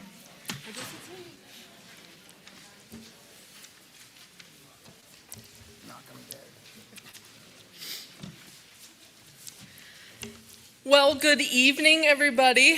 Good to see a wonderful turnout. So I'm just kind of go over some of the road slides that have been prepared and a little bit from the bond and budget hearing that we had. So over the past several years, we've seen an increased sign of infrastructure stress, including pavement deterioration, drainage deficiencies, aging underground utilities. So this presentation is really intended to just provide an overview of the roadway conditions across town and outline where engineering is needed and explain why certain roads are being evaluated this year versus other years. So this map that you see on the screen shows across a multiple planning horizon that we have done since 2019. 2019 is when we kicked off the roadway capital project plan. Unfortunately, due to COVID, things were pushed back a few years, so it wasn't until 2022 that we actually started completing this plan and completing roadways. Over the past several years, we've completed roughly 3 miles of road with the $3 million that y'all approved over the course of the town meetings. We still have roughly half a mile, which is Boulder Path, that is scheduled to happen this year that y'all already voted on last year. And then in the future slides that you'll see here, we have roughly 2.7 miles of road that we're asking money for. We also did have our bid opening on Friday the 6th, last Friday. So there have been some changes in construction costs to some of the projects from the bond and budget hearing that you'll see in the future coming up. Right now, that concludes my overview.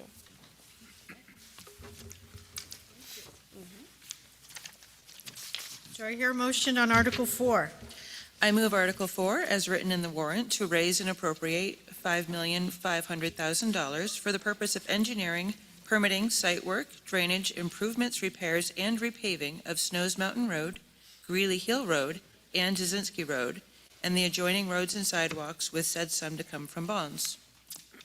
Do I hear a second? I will second that. The amount? Oh, I'm sorry, $5,050,000. Sorry.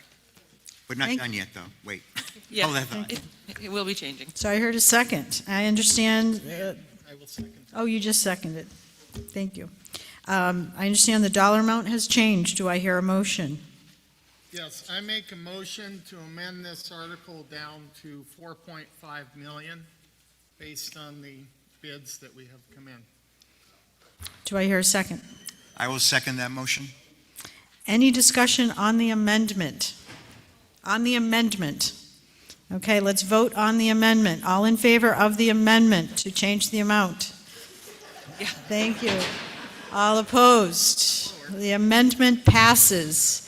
This is now what we are voting on, what we are going to discuss.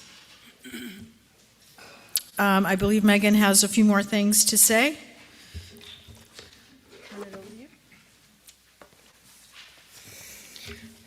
Wow, we went down in price. Isn't that great? So right now, Snows Mountain Road is a full-depth reconstruction due to the aging infrastructure of the water line and the possible addition of a sewer line.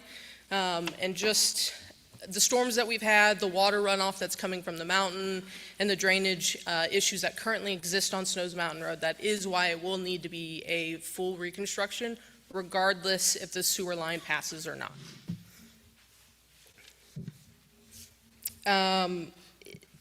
So right now, with the options that are in place, I'm just going to give you a little bit about what is happening on Snows Mountain. It would become a closed drainage system, which means there would be granite curb on both sides. That is the most cost-effective solution to address the drainage, the water issues that are on Snows Mountain currently. If you have not traveled Snows Mountain, I suggest you travel it. You can see along the sides of the road, especially after the December storm in 2023, there were significant undermining of the roads, which is causing that closed drainage system.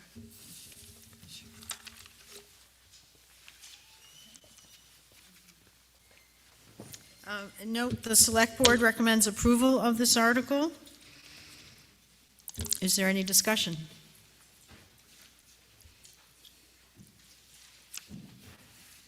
Judy Ritchie, Forest Knoll. I just have a question, a general question about road construction. A few years back, we discussed whether we should be putting sidewalks on some of the roads or whether we should just have the walk strip attached to the road. I personally was against the strip. I thought we should keep sidewalks. But now that we've gone through a couple of winters, and the plow can plow the sidewalk if it's just a strip on the road, but someone has to actually come and plow it and break up the ice. And I'm just a question of what are we thinking as we go forward replacing various roads?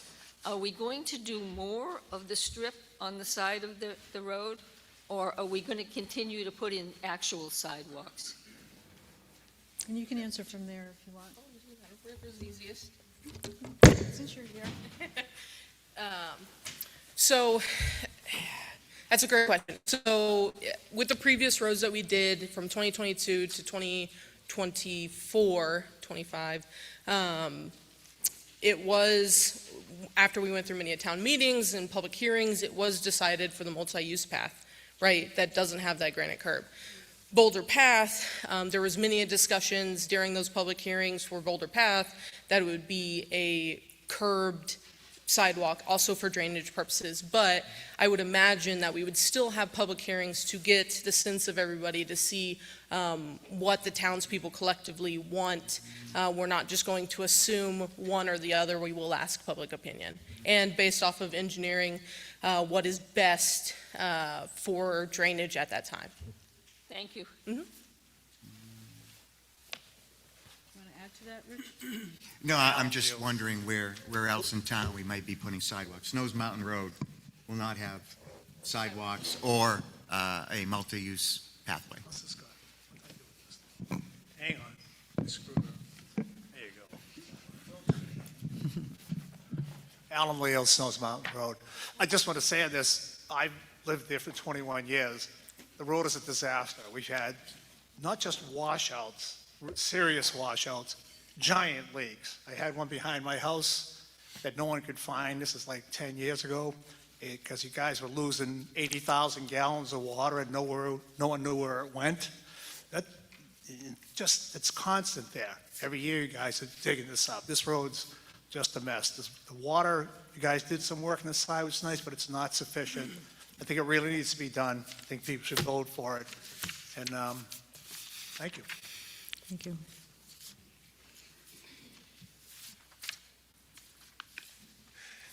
Martin O'Riordan, Jasinski Road, formerly known as Elliott Road. We just went through an hour and a half on $75 million. This is not the time to be spending another, between the sewer and the reconstruction, $7-8 million. We can wait a year. It's not that important. Yes, the road gets washed out, but it can wait. Thank you.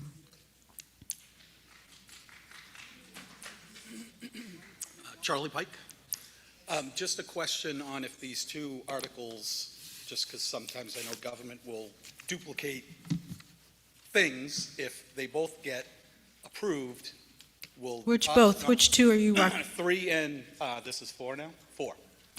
Instead of digging the road up twice, I'm assuming we can do this simultaneously, and some money should come off the Article 3, because they won't now have to dig the roads up. It should fall into this. I think he's asking if, Article 5? say this one were to fail and Article 5 were to pass about the sewer, would you dig it up just for the sewer and not fix the road? Well, it's up to the town to decide when we get to that But article. are we talking to each, are both committees going to talk to each other and make sure they both get passed? We both do, they do it together? It'll be, as we go through the other articles, yes, you'll see that we've discussed it. Could I make a Yes. on the previous speaker? The road replacement repair plan is part of what was meant to be a multi-year plan, and as was pointing out, was delayed because of COVID, and then the cost skyrocketed, and we had to slow down what we needed to do because it was costing more than we had initially thought. And then on top of it, of course, when the construction company actually started to pull up the road, there were things in there, not bodies, but things in the road that, utilities or lines that weren't supposed to be there, and that caused all sorts of difficulties as well. If we delay doing Snows Mountain Road because of Article 3, the logic there is on its head, right? Because Article 3, the cost of Article 3 isn't going to come in, it may come in next year depending upon what financing plan, at least a small part of it. But the idea was when we put the road plan together and other capital improvement projects, it was to try to do as much as we can ahead of time so that it's not on top of whatever taxes we may end up paying. Now, I know it's a bond, it's gonna go over a number of years. There'll be a time when for a long time when they're on top of each other, but putting it off to save money is not, I think, logical in this situation, besides the road condition, et cetera, et cetera. I just wanted to make that point while we were continuing to pursue the road projects, and this is Boulder Path, Snows, and then there are others afterward. I mean, we have to continue with the road projects. Okay, thank you, Rich. Hi, Anna Sandler. So, as I already mentioned, I live up in that neighborhood. Yes, I am appreciative of the fact that we have four-wheel drive, and yes, we get a fun, bumpy ride on our way home every day. We did just have a water main break occur on Greeley Hill, which did serious damage to the road as well. So, if anyone also ran without water for a while, that would be courteous of the flood that came off of Snows Mountain and Greeley Hill. So it is dirt road section in some of that portion. Related to with you guys, because I heard you're not doing sidewalks there, correct? And that's fine, I'm just asking. Okay, and we're not doing like the 7-inch fancy curb that Massachusetts has adapted? Cool. No. Okay. Running up into that neighborhood, couple of things I wanted to ask. One, for the utilities, since you guys mentioned you're doing a full rebuild, is stuff like the water line and everything going to be checked so we avoid having to do damage to the road after it's paved? Yes, and thank you for reminding us that part of this project is to completely replace the water line that's there. Okay. Right. And the rebuild section, is that full neighborhood or just Snows from the washout? It's all three, Okay. Greeley, Jasinski, and Snows Mountain. It's on all three of those? Okay. Yeah. Yeah, I figured given the condition. I mean, I happen to agree. I think all of us as homeowners especially know costs are continuing to rise. So obviously I'm biased on this because I live in that neighborhood, but I don't think this is going to go down. And given that 75 million that was just discussed, if it does pass, is going to be staggered over the next 5 years, I would say that, I don't know that we can necessarily put off infrastructure for the town for 5 years, but that's just my piece. So thank you. Thank you. Vicki Myrick, Lost Pass Road. Is it going to be mandatory that all homeowners on all three streets that you just named be connected to the sewer? We haven't gotten to those articles yet, Vicki. We will be talking about that. Oh, I didn't realize. This one is just about the roads. The sewers are separate. And water. And water. And water line. sorry, yeah. Okay. It doesn't look like there's any more discussion. Oh, go ahead. The line that comes down the road, which has been a problem since I moved here, does that supply water anywhere else? Yeah, Dylan, would you like to provide the answer? Go ahead, Dylan. Thank you. That main is a main feeder from the reservoir to the rest of the community. So the reservoir on Snows Mountain Road is where the pressure comes from for the entire water system. And now, I guess I wanted to bring that point up because it's not just a I knew that, just wanted to confirm it. It's a water line, so when this gets broken, which is, maybe you know exactly how many times, but anyone's been a long time know that it's been several times. Every couple of years, we have a major water break. So it doesn't just affect us up there. It affects the whole town. Thank you. Okay, I am going to call the question, but we are not going to vote on this. This is at this time. This is a bond vote. We're going to hold our votes for Articles 4, 5, and 6 and get up and cast our ballots for those at the same time. So we are going to, you can mark your ballots now. You can just remember what your vote was going to be and mark it later. That's fine. But we are going to move on. Do I hear a motion on Article 5? I will move Article 5 as written in the warrant to see if the town will vote to raise and appropriate the sum of $1.2 million for the purpose of engineering, permitting, site investigation, construction, and all other costs associated with the installation of a new sewer line on Snows Mountain Road and Greeley Hill Road, with said sum to come from bonds. Do I hear a second? I second. Okay. Now, I don't get your hopes up, folks. I understand that this dollar amount has changed as well. Do I hear a motion? I make a motion to amend this article up to $1.6 million due to bid results that just came in. I'm sorry, it's me saying it. Do I hear a second? I will second that motion. Rich? Madam Moderator, I'll recuse myself from the discussion of this article and the following article. Okay.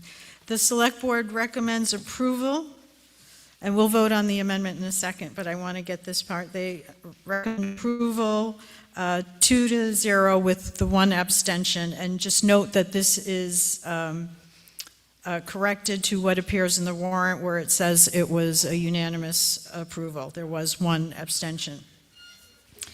And I also want you to note that Article 6, the next article on sewer on Jasinski Road, is contingent on the passage of this article. So before we continue, actually, before you vote on the amendment, do you want to hear from Dylan or do you want to vote on the amendment? All right, let's vote on the amendment. So we are voting on the amendment, not on the article at this point. We are voting on the amendment to change the dollar amount to 1.6 million. All those in favor?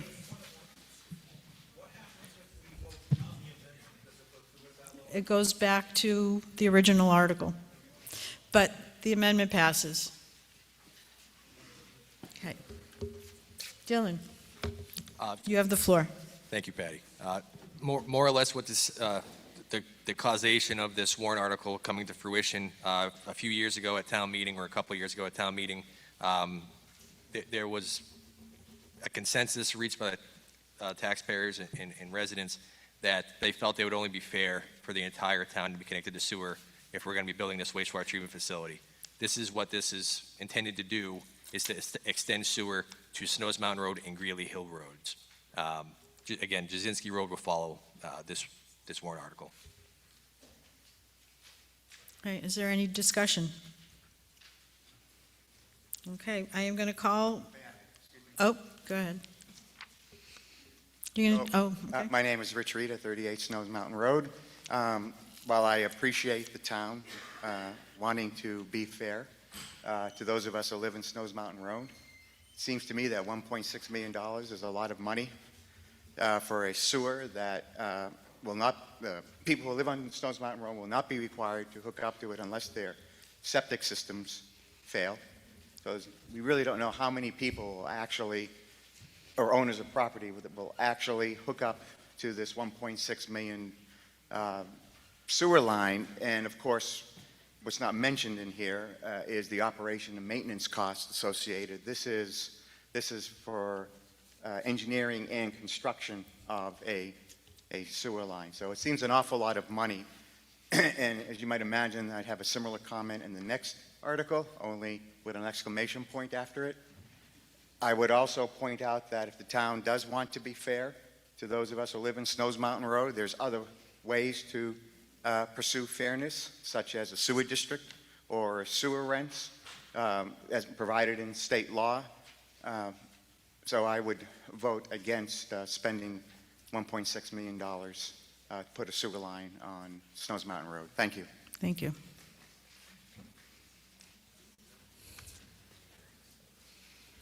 Alan Leo again. I've asked this question the whole time this sewer project has been. I asked Mark about it several times. My question is, I've been told that up to date, any money spent on this hasn't been put in anyone's tax rate. So my question is, if we don't get it on Snows Mountain Road, are we going to get an abatement? The people on Snows Mountain Road, should we have to pay anything for the sewage treatment plant? I hope not, because we don't get to use it. So I'm asking for, I guess, the selectmen, what's your thoughts on that? Wendy? As Rich alluded to, there are different ways to go about this process, and that's something that we would need to discuss going forward. I'm sorry, that's not really an answer. The answer is, why would we have to pay if we don't get to access the service?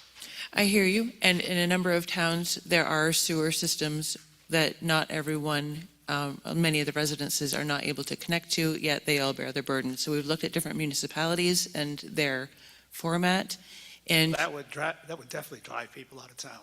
We don't get the I'm not saying- service, but Yeah. we have to pay?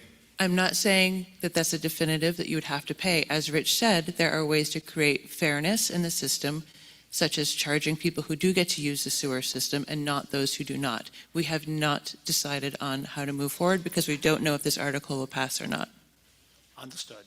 Okay. Okay, that's my point of view, though. Thank you. Thank you. Mike Fergal, River Road. I am in support of the sewer projects up in that area because if we're going to do a big rebuild of the road, now's the time.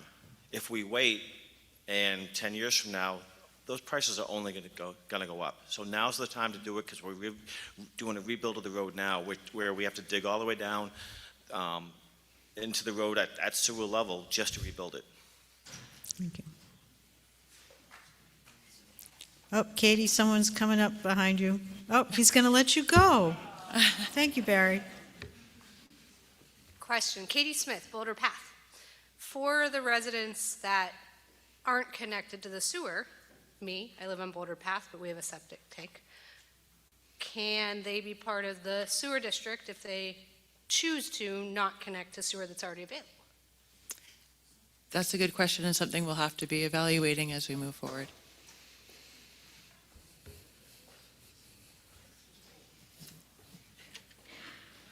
Barry Fish, Flat Mountain Road. Maybe I'm not understanding RSA 147, but my understanding is that there's no volunteer. If you have a sewer within 100 feet of your property, you have to, unless the municipality has different rules or regs. So I'm here asking, are we following RSA 147 or we're not following? And how does it work? I'm going to let Dylan answer that. Barry, I think what you're referring to is when your septic system fails. Then No, I'm pretty clear on 147. It says right in there in the state, it says, if you are within 100 feet of a town sewer, you are required to hook up. I would have to look at that because it's not fresh in my memory, but again, my understanding of it is if you're utilizing a septic system for waste disposal and it fails, you have no option but to connect to sewer. Okay. That's not my understanding. Yeah, and But anyway, we'll look I think at it. that's something we need to look at. Then my second question is, if you do hook up to the sewer system, is there a fee? And what is that fee? And is it consistently charged to each individual residence if you sign up for the sewer? I'm only asking that question because when I built my house, I had to sign up. I didn't have a choice, which I would have signed up anyway, but it was a pretty significant amount of money. I'm just wondering, is that an opportunity for more revenue for the town if we're not charging it today?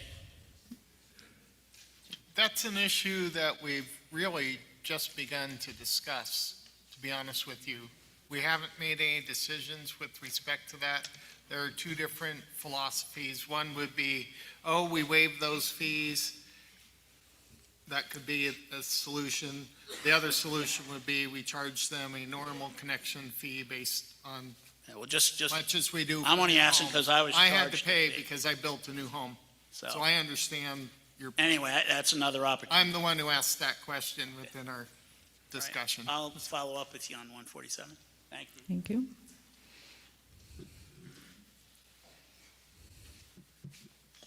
Robert Deem, Sunnyside. In regards to the potential fees by the EPA if we were to not go forward with the wastewater treatment, like maybe that fails, we don't know the vote yet.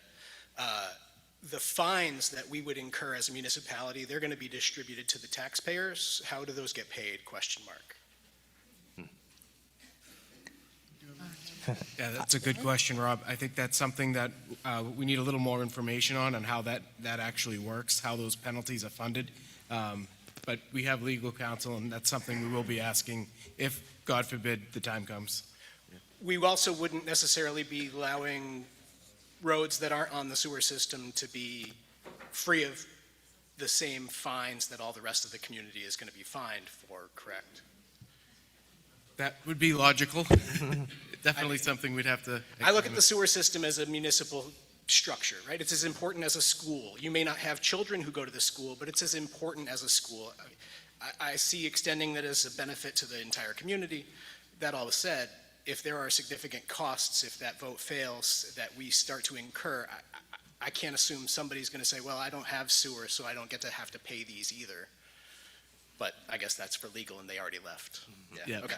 Sorry, Rob, I don't have the answer to that one. Mark Wagner, I had a question actually for Dylan, if that's okay. Yes. So if this goes through, they put a sewer line in, no one's required to hook up right away. What happens if no one uses the line for 5 years? Does it deteriorate? Is it worse not to have stuff going through it? It wouldn't necessarily deteriorate, but it would, more or less, I think what you're getting at is defeats the purpose of installing a line if we're not going to have people that want to connect to it and utilize it. It also is detrimental to have too few connections connect to it as well. We don't want to have, two people connect and then have perpetual care issues up on that sewer line because it's not being utilized the way it was designed to be. Hopefully that answers your question. Yes, thank you. Last one. Rich Rita, 38 Snows Mountain Road. I just would like clarification, or to make a point, actually, on the use of municipal services. It's true. Helen and I choose not to have any more children, but we may end up selling the house to someone who has children. They'll be able to use the school. If there's no sewer line, if there's no sewer line up there, we have no opportunity to use the sewer line, period, full stop. There is a difference between paying for municipal services, which you can potentially use, and paying for municipal services, which you have no opportunity to use. Thank you. Okay, thank you. So I'm going to call the question. Again, like the previous one, we are not going to vote on it now. We are going to get up and vote on it after we address and discuss Article 6. But this Article 5 does require a secret ballot and a 3/5 majority to pass. We're going to move on to address Article 6. Do I hear a motion? I move Article 6 as written in the warrant to see if the town will vote to raise and appropriate the sum of $600,000 for the purpose of engineering, permitting, site investigation, construction, and all other costs associated with the installation of a new sewer line on Jasinski Road, with said sum to come from bonds. The passage of this article is contingent on the passage of Article 5. Do I hear a second? Second. I understand this dollar amount has changed as well. Do I hear a motion? I will make a motion to amend this article up to $720,000. Do I hear a second? Second. Okay, the Select Board recommends approval 2-0 with 1 abstention. Is there any discussion on the amendment?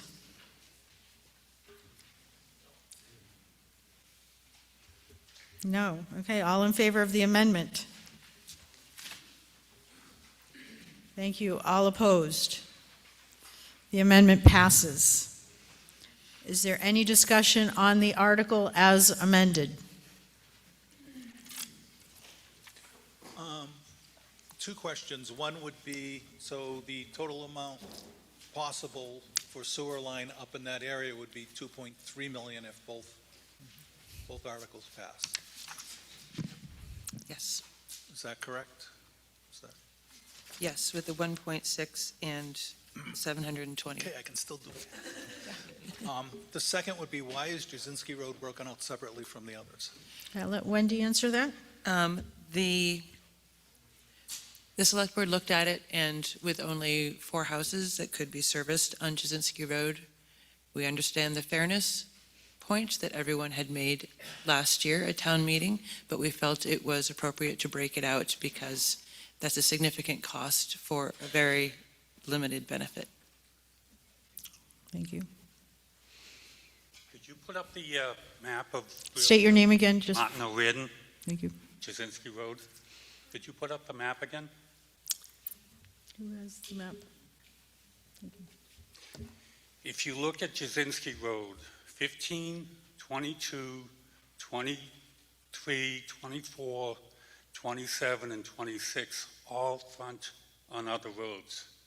There is one lot that doesn't. That's 25. I am 23. I'm not pumping uphill. I have gravity, and I would use it to tie in lower. If you're concerned about 25, I'll give them an easement down the edge of my property so they too can use gravity. It's a waste of money. Okay. Thank you. Okay, I call the question on Article 6. And note this article requires a secret ballot and a 3/5 majority to pass.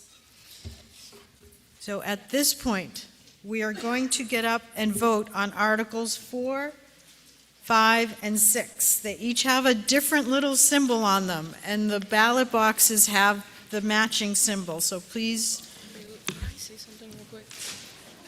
I've already called it. Okay. I've already called it, sorry. Don't worry. They don't want to hear it. Well, I just wanted to let people know that the overall cost of the projects together is not increasing, even though one article. I think they got that.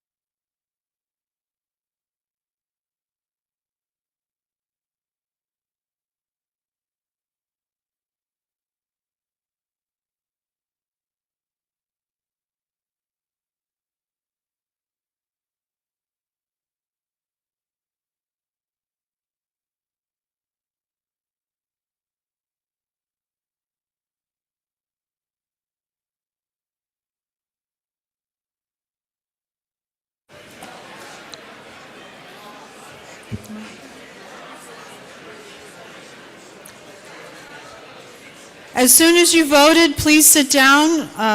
There are a few people still voting, and as soon as they're done, we're going to get started right away. And I forgot to note the time that we started. Did you note the time? It was 8:30? 8:30 was the time the ballot was open.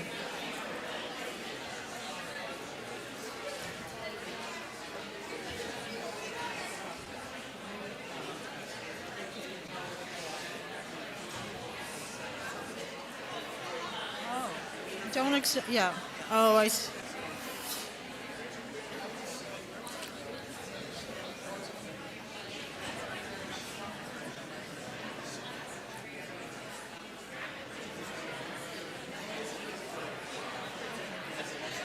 Okay.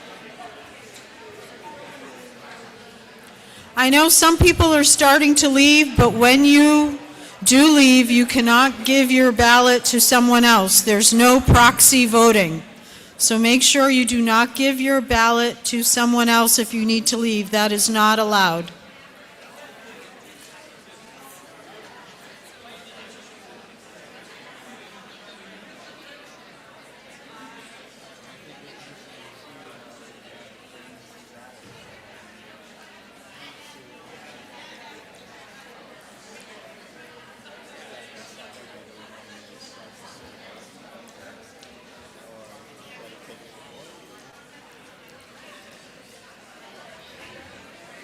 If you guys are concerned about it, do you want somebody to stand at the door to collect people's things?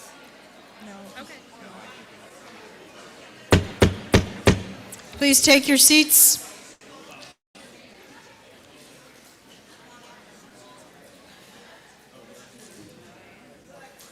Okay, we're going to continue. Do I hear a motion on Article 7?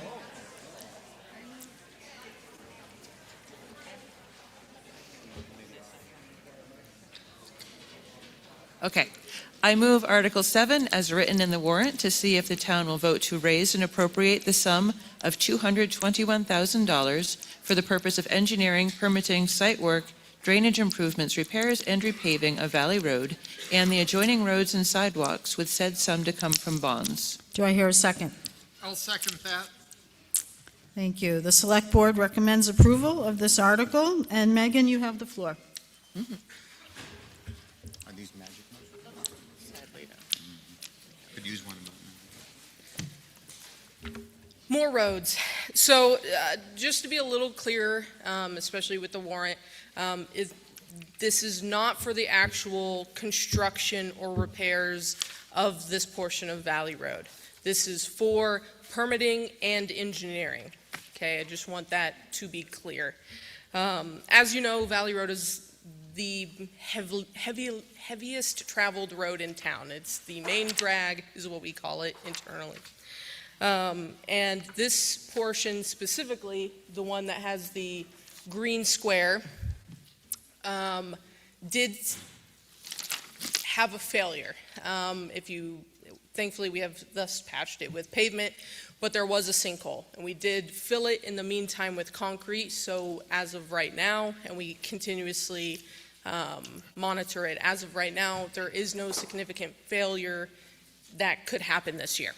It is stabilized for the time being, but in order to not only continue in the FEMA reimbursement process, but the process of actually getting this fixed and repaired to current codes and regulations, we are asking for the $221,000 to complete engineering for this portion of Valley Road to hopefully get us some additional funds from FEMA. Last year, you did vote to appropriate funds for this, but that had in the warrant a caveat that we were going to get, I don't remember what the sum was off the top of my head. I think it was like $600,000 something from FEMA. It's not guaranteed we're going to get that at this point in time with the way things are currently going with FEMA. So in order to continue the process with FEMA, we have to have this money.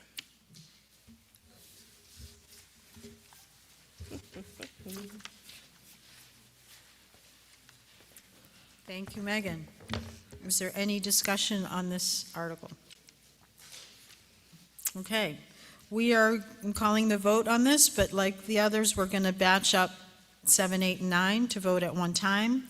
So please hold your ballots on Article 7. This article requires a secret ballot vote and a 3/5 majority to pass. Do I hear a motion on Article 8?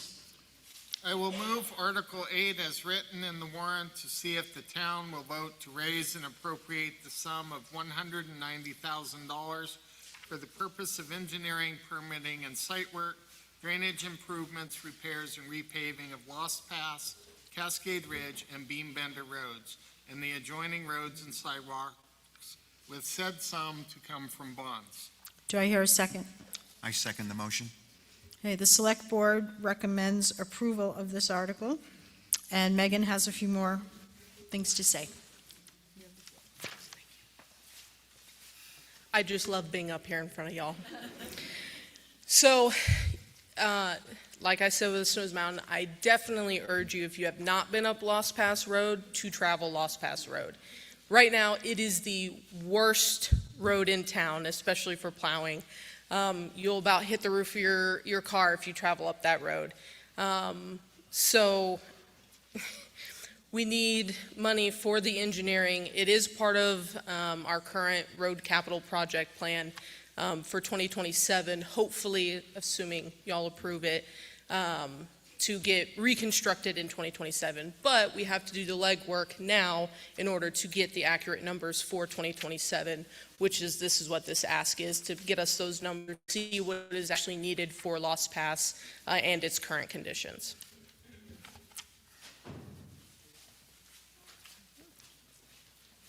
Is there any discussion?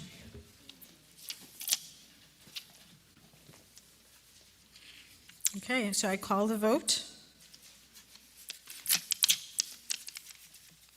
And that was Article 8. So like the last one, we're going to hold the vote. It's also a bond article vote that requires a secret ballot and a 3/5 majority to pass. We are going to continue on with Article 9. I'm hoping to at least get through Article 9. at which point we'll be able to get the results of the first bond article we voted on. The hour will be up for that. And then I will poll you guys to see how you want to proceed. Do you want to keep going, get to a couple more, or do you want to break at that point? So we'll just keep that in mind. Do I hear a motion on Article 9? I move Article 9 as written in the warrant to see if the town will vote to raise and appropriate a sum of $120,000 for the purpose of engineering, permitting, site work, drainage improvements, repairs, and repaving of Triple I Road and the adjoining roads and sidewalks, with said sum to come from bonds. Do I hear a second? I second. Megan?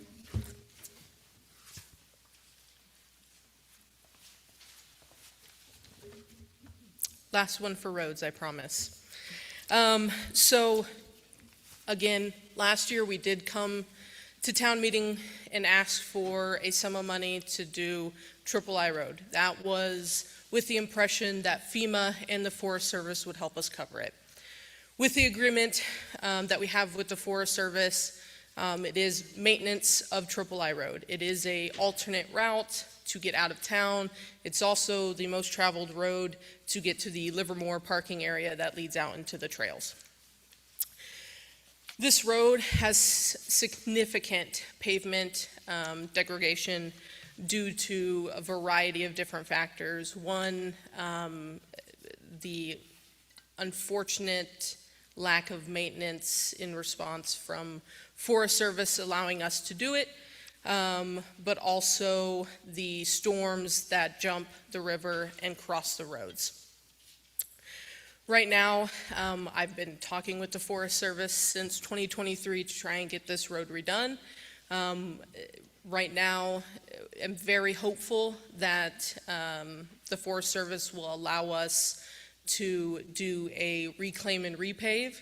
It would cost us a lot more money to fix the road in its entirety, doing a full rebuild or something like that to fix certain drainage issues that the Forest Service would require. But if we just do, quote unquote, a Band-Aid, refreshen the pavement, grind in the current pavement that's there into the base work, it'll make the road a lot easier to travel, plow, and just overall for the guests who are going to Livermore, be able to utilize it.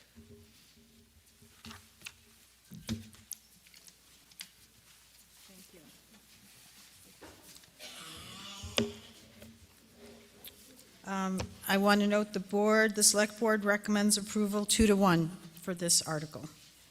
Is there any discussion? Alan Burgo, I just have a question. If you can go back to number 8, Article 8, the actual amendment or the warrant. So to me, the first 3 sentences and the same thing for Article 9 are identical.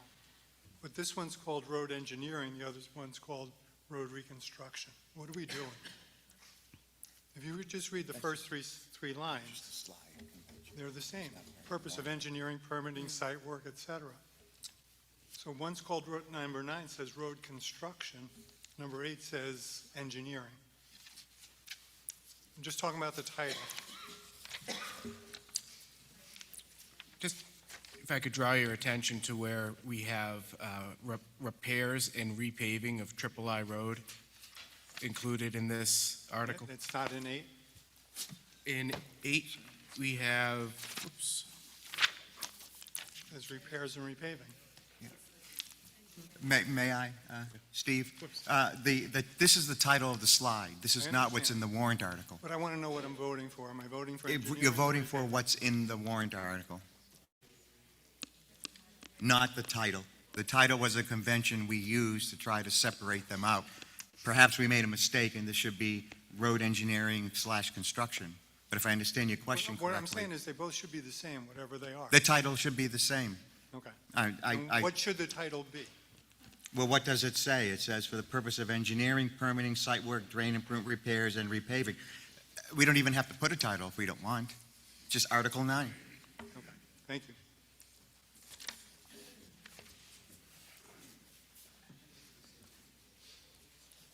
I had a different question, but I got to follow on to Alan's. So the Article 7 is 221,000. That does not include any actual work. It's only engineering, correct? Okay. No physical work. So that's, but it says site work, draining, repairs, and repaving. Article 8, 190, says the same thing, site work, drainage improvements, repair, repaving of Lost Pass. Is that engineering only, or is that physically going to repair the road? It is engineering. Okay. To then go to Article 9, $120,000 for the Triple I Road. Is that engineering only? That is actual work. Okay, so to Alan's point, that it's all the same. It's tough to tell which one is just engineering, which one was the work, but that's not my question. I live on West Branch Road. I drive Triple I Road pretty much every day, twice a day, sometimes 4 times a day. It's bad. It's not that bad. There's some potholes. We can fix the potholes. I mean, if we can delay this and get FEMA and get some government assistance on this because it's their road, I'm okay with this. Again, there's so many other roads in town that are way worse than Triple I Road. There's some potholes. They can be filled, but I don't think it's really that bad.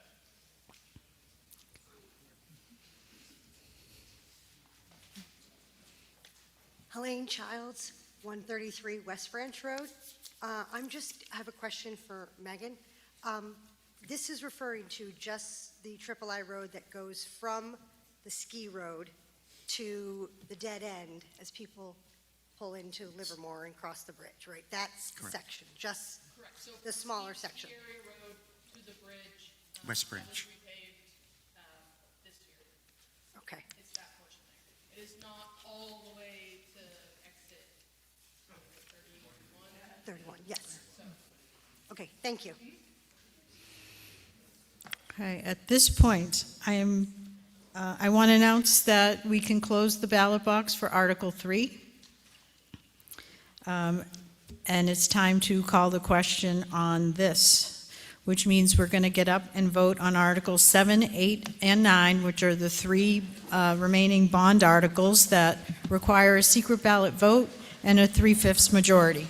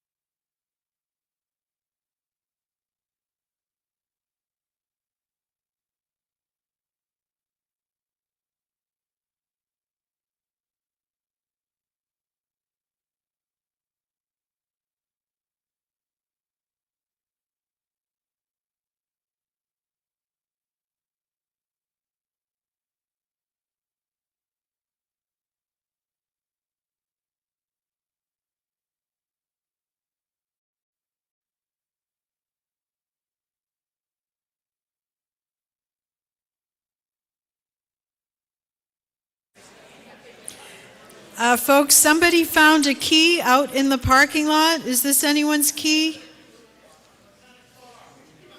It's not a car. It's not a...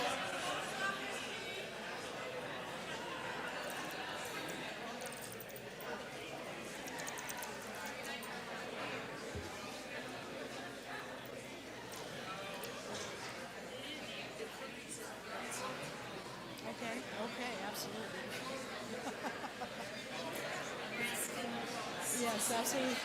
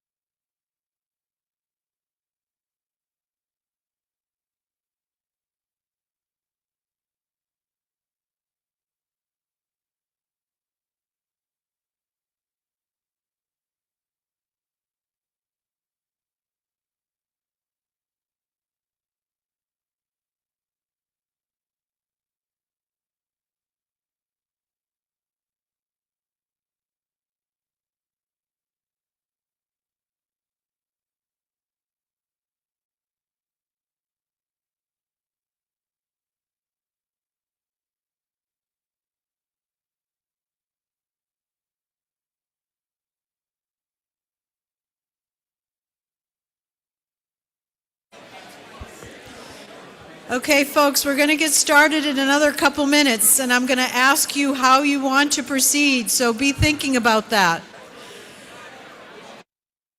Options are call it now, or continue on with one more article. It could be Article 11, or if you really wanted to get into the budget tonight, you could say move that one up and do Article 11 tomorrow. Let's do the budget today. So we'll have some options. But I do have one of the results to give you on Article 3 for the wastewater. It needed, remember, a 3/5 majority to pass, so it needs 81 votes to pass. So yes, we had 107. No, we had 28. So Article 3 passes. Okay. So how many people are absolutely done tonight? Raise your cards. You are absolutely done. How many people would like to continue and do one more? At least one more. Okay. How many people want to continue until we're done tonight? That's an option. I've done it before.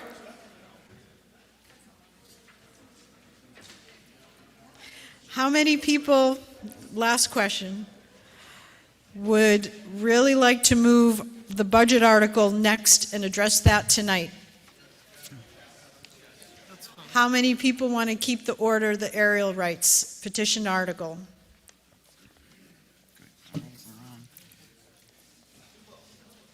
Yeah, or do both. All right, how many people want to do both? I do, I think.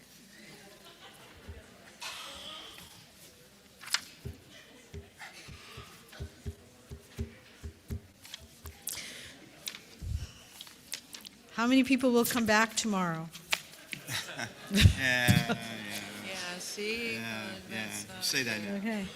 But no, even that.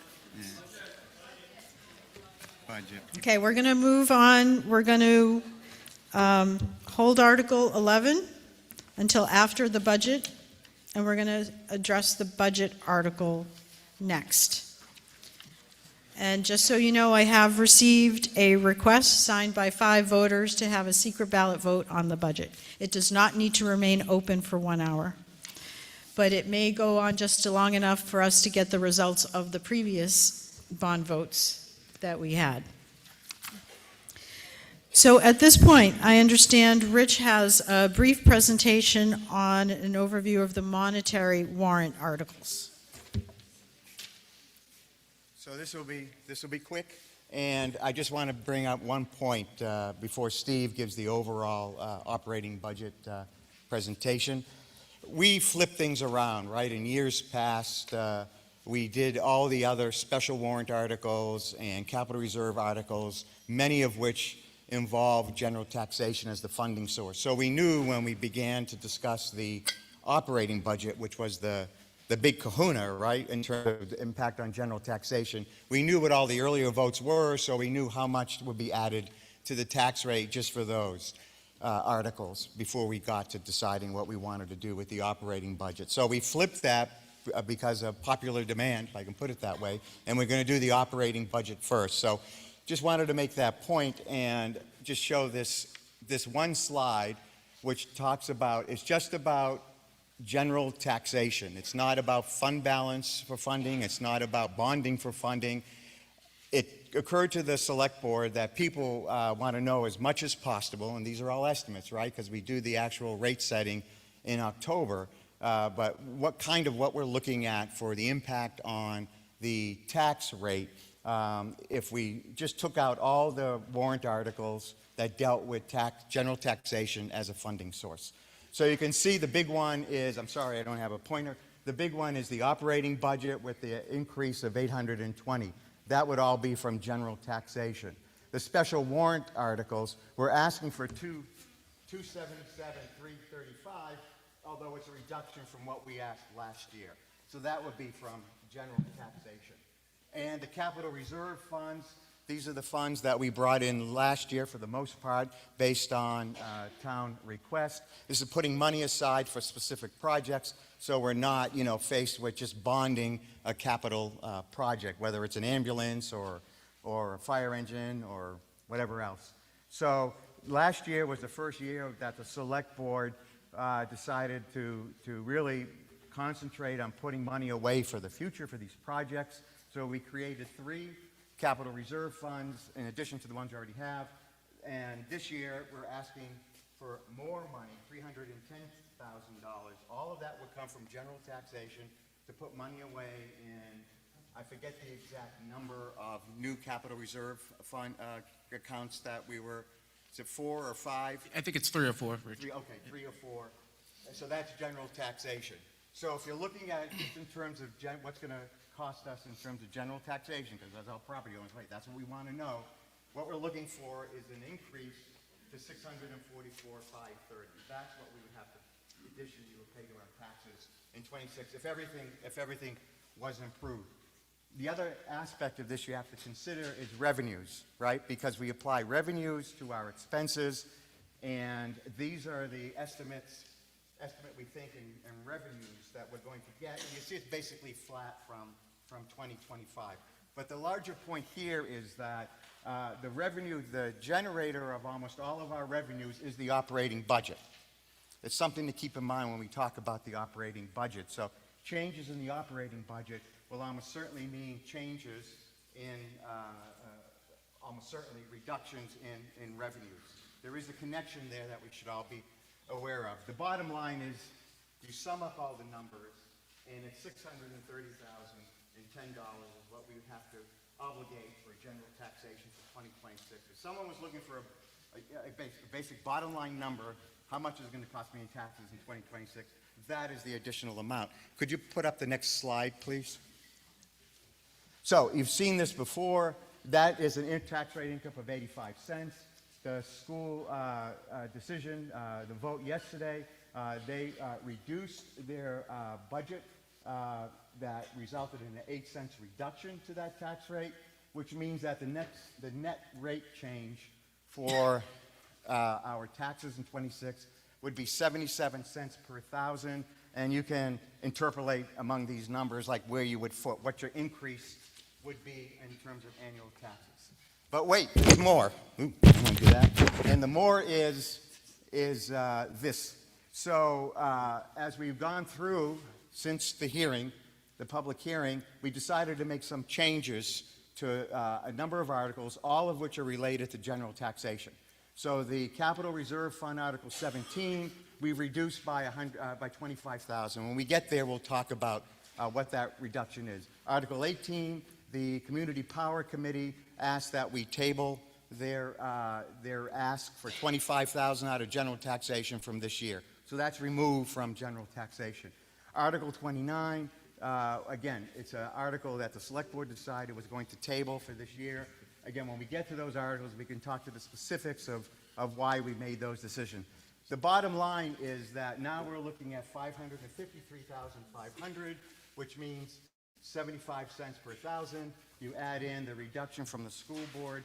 So if everything were approved as is, we'd be looking at a 67 cents per thousand of assessed value, and then interpolate for 2026, interpolate, in these three on these three amounts, what your tax increase would be for that 67 cents. Again, if everything was approved as proposed by the Select Board. So just wanted to give everyone that overview before we go into the first big general taxation, quote unquote, warrant article. Thank you. Okay. We have another presentation. Hope it made sense.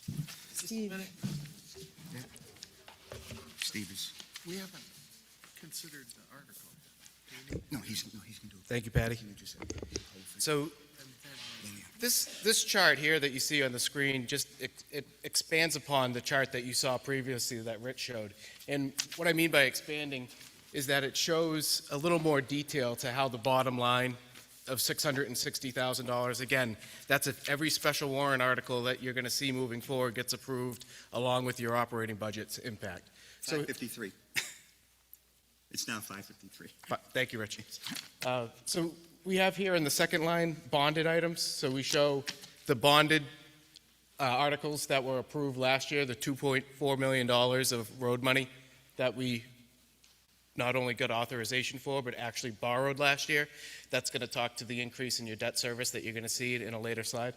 And then what we're looking at this year, approximately 7.38 in total bonding money. So if all of those articles that you just voted on were to be approved, that's a rough figure, at maybe plus or minus a little bit with the amendments that were made, for a net change in bonding to $4.9 million. Then when we're looking at the special warrant articles here, we're looking at a net change of $79,000 favorable to last year, and that number there is inclusive of some of the articles that were funded by not only general taxation but fund balance. Rich spoke about the capital reserve fund, something that at the budget hearing I talked about, and I think that we've garnished quite a bit of support in town to start saving a little bit of money towards future municipal infrastructure and equipment projects. We'll talk a little more about what makes up that $310,000 in slides forward. Again, total expenditures, so this line now includes the bonded articles at $15.7 million. This estimated revenue line, how it differs from the chart that you saw prior, is that the $10 million is inclusive of the bonds that we would take in. So when we bond, we borrow, so the borrowing is considered a revenue in this scenario. And the bottom line there. Katie, if you could. So this is Article 12 as it reads in the warrant. It's basically just breaking down what our operating budget looks like in terms of the departmental appropriations. And here we talk a little bit about, what is our operating budget, right? One term that's commonly used for a definition of a municipal operating budget, it's a service delivery plan. It allows the town to provide the services that the town wants provided in their municipality with the funding to do so. Go to the next one. This is a little bit more of a breakdown. This isn't a slide that we've been accustomed to seeing, I don't think, in town meetings prior, but I thought it was important kind of to illustrate what our operating budget looks like in terms of personnel. So obviously the bulk of our operating budget is comprised of wages, benefits. It's at $4.4 million right now. So those are the people that provide the services that the town wishes to have provided in their municipality. The 1.3 is comprised of departmental operations. So essentially, what type of equipment, fuel, supplies are needed for those personnel to provide the services to you. The 1.13 is our total annual debt service payment right now. So in 2026, it's $1.13 million of debt service.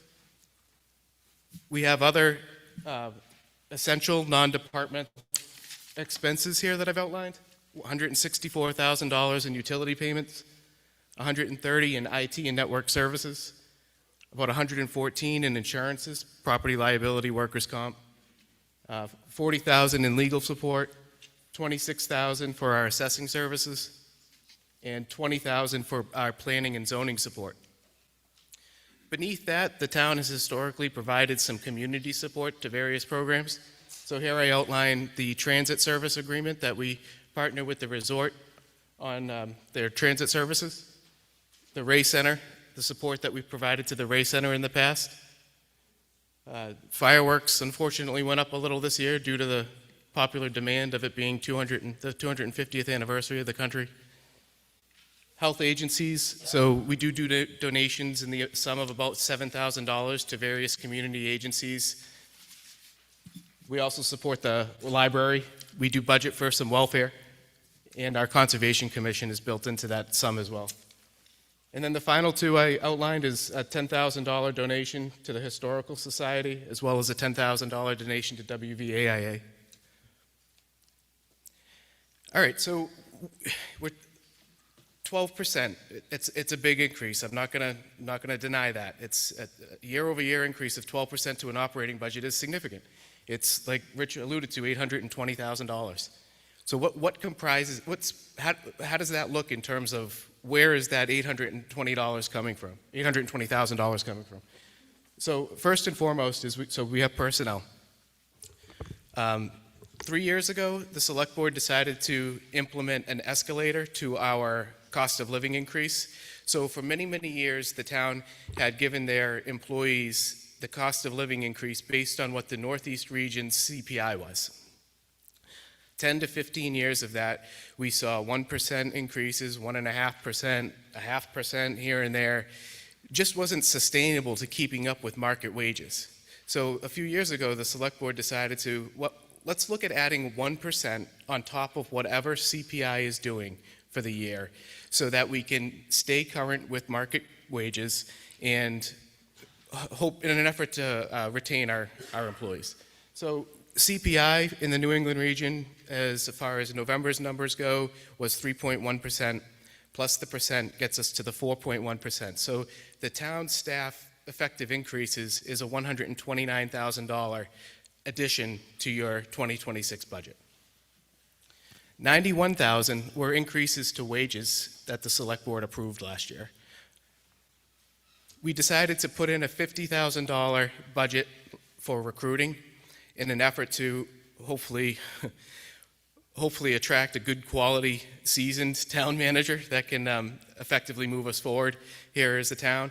We're not sure what it's going to take to attract that person, but we know that a little bit of that money's going to be working with our recruiting firm that we've already contracted with. So I know I said this at the budget hearing. It seems like a lot of money. I feel like hopefully that's not all allocated to the town manager recruiting process, but it also gives us a little bit of recruiting funds to help find quality wastewater operators in our wastewater treatment plant, as well as a vacancy that we have in our DPW department too. And a retention increase. So for many years, we've had a merit line in our general administration operating budget of $10,000. That $10,000 was used for a performance bonus for the town manager and some of the department directors, if appropriate. It was always based on performance and merit.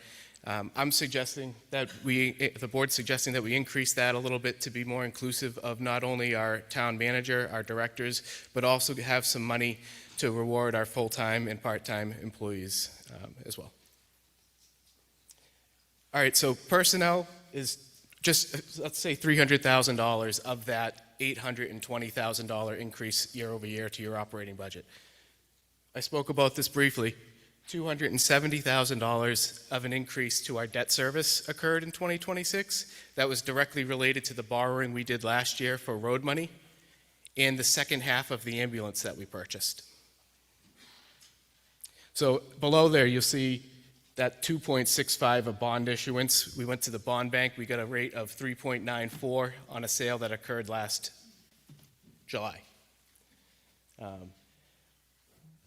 Miscellaneous increases all the way to the right. These are what I consider kind of as fixed costs. Our insurances did go up. Our workers' compensation insurances went up this year. We got those rates in September of last year.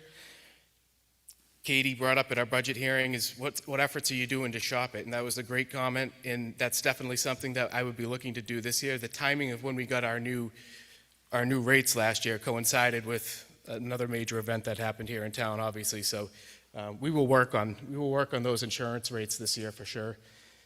NHRS is the New Hampshire State Retirement System. Legal expenses, IT and network services, and Social Security and Medicare.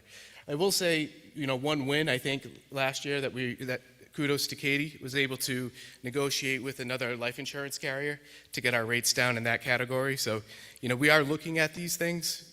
We're not looking for the, highest priced options here. We do look at what's out there in terms of keeping costs down. And then I had a note at the bottom here There's also, if you add all these numbers up, you'll see there's about $95,000 remaining. And that fund, those increases to our expenses were primarily driven to inflation around all of the equipment and supplies that our departments need to operate: salt, sand, supplies in fire and police. So that's really the makeup there of that $820,000. I have another slide. Okay, and then this is something I was also trying to explain to the town at our budget hearing, is our use of fund balance. So the year 2020 was the last time, so let me preface this with, the town has the opportunity to use their surplus twice a year. Now's one of them, a town meeting where we can offset special warrant articles through the use of surplus or fund balance. Those two terms are interchangeable. And you'll see in the future special warrant articles we're doing that. The other time of year to reduce your tax rate is in September. So during tax rate setting time, the select board has the authority to say, hey, Steve, finance, how are we looking through the year? Are we looking favorable to budget? What's our total fund balance look like? And you can take a portion of that fund balance and put it at the tax rate in September. So right now, thankfully, the town has a pretty decent surplus of about $1.2 million. And the suggested rate of threshold that the town should have in accordance to DRA is, we're right in the sweet spot. So they say go up to 1.8 would be very, very flush, but you can go down to $500,000 given your total operating budget and your total town's valuation. So, Katie, you can go to the next slide. Talking about people who work here, who provide our services, currently we have 27 full-time employees and 3 part-time employees. We have 4 full-time employee positions vacant, 2 in wastewater, 1 in DPW, and 1 town manager. Can I interrupt you a minute? I'd like everybody to stop and think about that for just a minute. We have 27 people providing all of the services that this town provides for everybody. Ambulance, fire, everything we have, police, the wastewater, our transfer station, all of the services that get provided by this town are provided by just 27 people right now. So we are doing a lot for the town without a lot of individuals. Our staff is not bloated. We don't have a highly accessed number of people in our town, and they do a very good job. And I want everybody to recognize that, because everybody really comes to work each day and they do their best. And when it counts, they are there. They're there for you. The ambulance, the fire, the police. I've had to use all of them within my tenure here in the town. And it's important that we continue to have them. All of our services, I think we like. Want to get home. I know they do, but it's important that they understand this I stuff. think we're not debating that. I think they want to continue here so we can I get on understand. with the business. Yes, we need our town employees. So just quickly on the graph as well, thank you, Dan. We have just highlighted the fact that our average age of our employees is 46 years old, which just happens to coincide with the state average. We are the second oldest state in the nation. The first is Vermont. And we have an average tenure of what I consider impressive of 6.7 years. So that's the average tenure of our staff. No, That's it. now we need to make the motion. Go back to the warrant article, please. Do I hear a motion on Article 12? Yes, I move Article 12 as written in the warrant to see if the town will vote to raise and appropriate the sum of $7,514,646 for general municipal operations. This article does not include appropriations from any of the preceding articles. Do I Well, hear a we second? haven't done them yet. I will second that. Okay, the Select Board recommends approval, and I open it up to the floor for discussion.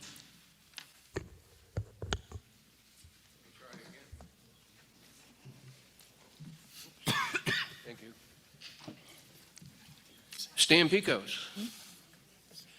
Wow, I thought I knew numbers. My head's a mush right now. 50 here, 25 there, 35 there. But here's one I heard.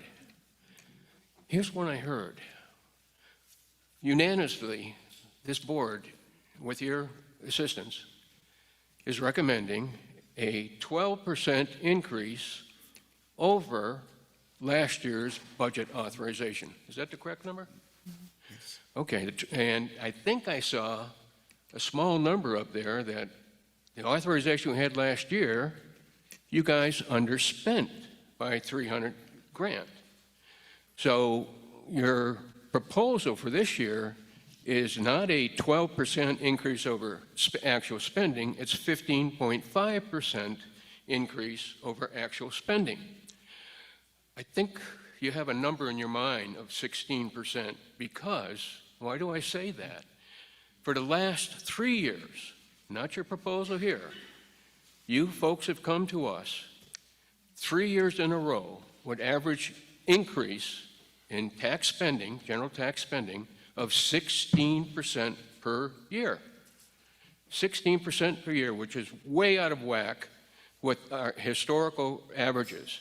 Now, let's go back, put that 16%, and now with 15.5 you wanted authorization now, in the context of the rate increases we saw. You know, Barbara was so happy when we brought the chart up there, and look, at the worst case, we're not even 3 times tripling our tax rate by then. Steve, in the assumptions you gave, the financial consultants you paid good money for that came up with that, not quite 3 times, 2.96 by the way, times, what did you give them for operating expense increases? 3% year over year. 3%. 15.5, 16 history. So, by the way, I think they actually took that in 2026. So how does this board go from an operating mode that they've had of 15 to 16% per year, and you gave them guidance, plan on 3.5. Now, I'll tell you this, my little abacus back here. If indeed over these 5 years, 26 to 31, you do 15.5%, I'll cut it down 0.5% from 16, you will be at a close to 4 times, not 3 times, 4 times increase in that tax rate. May I comment in Yes. response?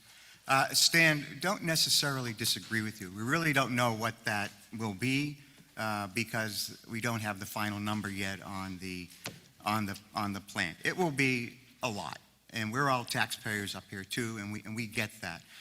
But I do want to comment on one thing you said, that we seem to have a number in mind at 16%. That's simply incorrect. Our budget is a line item incremental budget as provided for by the state. And I think you saw some of that if you went and looked at one of our documents that we provided. You can see the line numbers and what's in every line number. We start actually every year is where we monitor the expenses and revenues every year at every select board meeting and where we are, so we can figure out how the year's going fiscally. So in late summer, early fall, based on what we've seen, the department heads work with the town manager, and they do zero-based budgeting. They go back and look at each line item. They're not starting with 16%, and they come up with what they think they're going to need to spend the next year. And the instructions of the select board has been, to the extent you can, set aside personnel. We are the ones who are going to decide on personnel. Just look at expenses, other departmental expenses, and then we have fixed costs, right? Debt service and whatnot.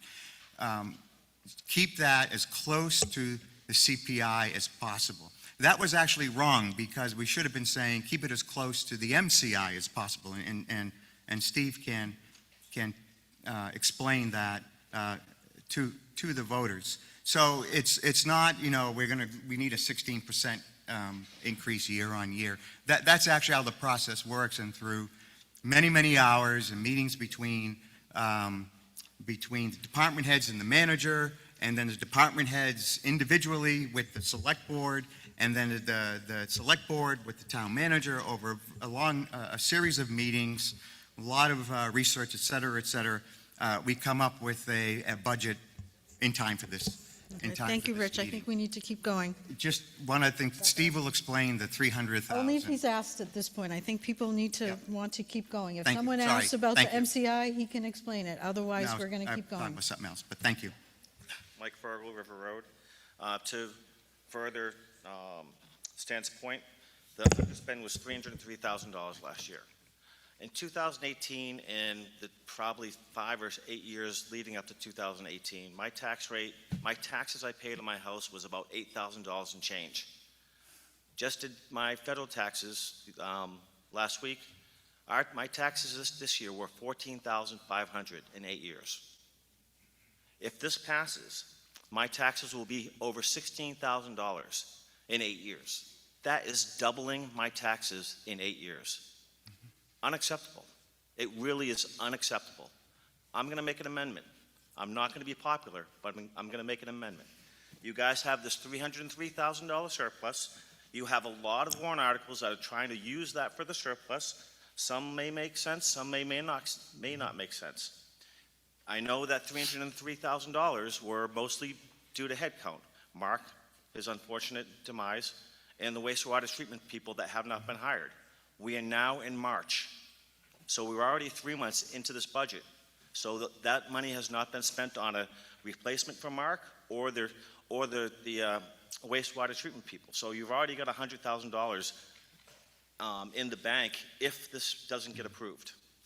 Just to talk about what happens if this doesn't get approved. If we don't approve this budget, then it goes back to last year's budget and plus additional debt service. So they would have the same budget that they underspent last year, $300,000, but their debt service would be included on top of that. That's what would happen if we do a no vote on this. But I'm not recommending a no vote. I'm recommending an amendment to this budget, a nice even number of $7 million. That gives you the $303,000 from last year, $303,000 for this year, depending on when those hires happened, plus an additional $200,000. So that's $700,000 more than the spend of last year. So that's my amendment. I'd like to amend this from the $7,514,646 to a clean $7 million. Thank you. Do I hear a second? Second, Darrell, thank you. Okay, we are now going to discuss the amendment. Is there any discussion on the amendment? Can the select board comment on the amendment? Yes. Yes. Steve, would you like to comment some of the points made? Yeah, so one thing to consider here, right? In our 2026 proposed budget, we did not budget for the full year's salary of those individuals that we have not been able to hire. That would be foolish because we knew we were coming to town meeting pretty much a quarter of the way into the year. So we budgeted for 3/4 of a year for 3 of those unfilled positions. So when we talk about the unfilled positions contributing to our surplus, Mike is absolutely right. So the money that we weren't able to spend on salaries because we weren't successful in recruiting did fall into our surplus line. But that money needs to be raised so that we can have, hopefully, more success this year in hiring those 4 other people that make up our total 31 full-time employee headcount. So don't look at it necessarily as that surplus going into this next budget. We still need to appropriate it so we can hire for those roles. Thank you. Margaret?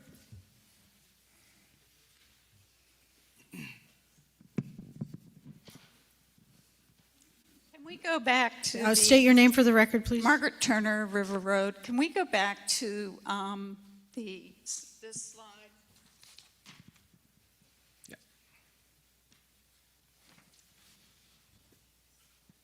Okay, so this is just another way to look at things. Supposedly, we would like the budget to be very close to what it was last year. But the first thing over which we have no control is the fact that we already voted $270,000 of debt service. with what we did last year. That takes the total budget, 2025, plus that $270,000, takes our budget to $6,963.76. With the amendment that's proposed, that basically gives them nothing to add on. It's less than $100,000 more that they could spend.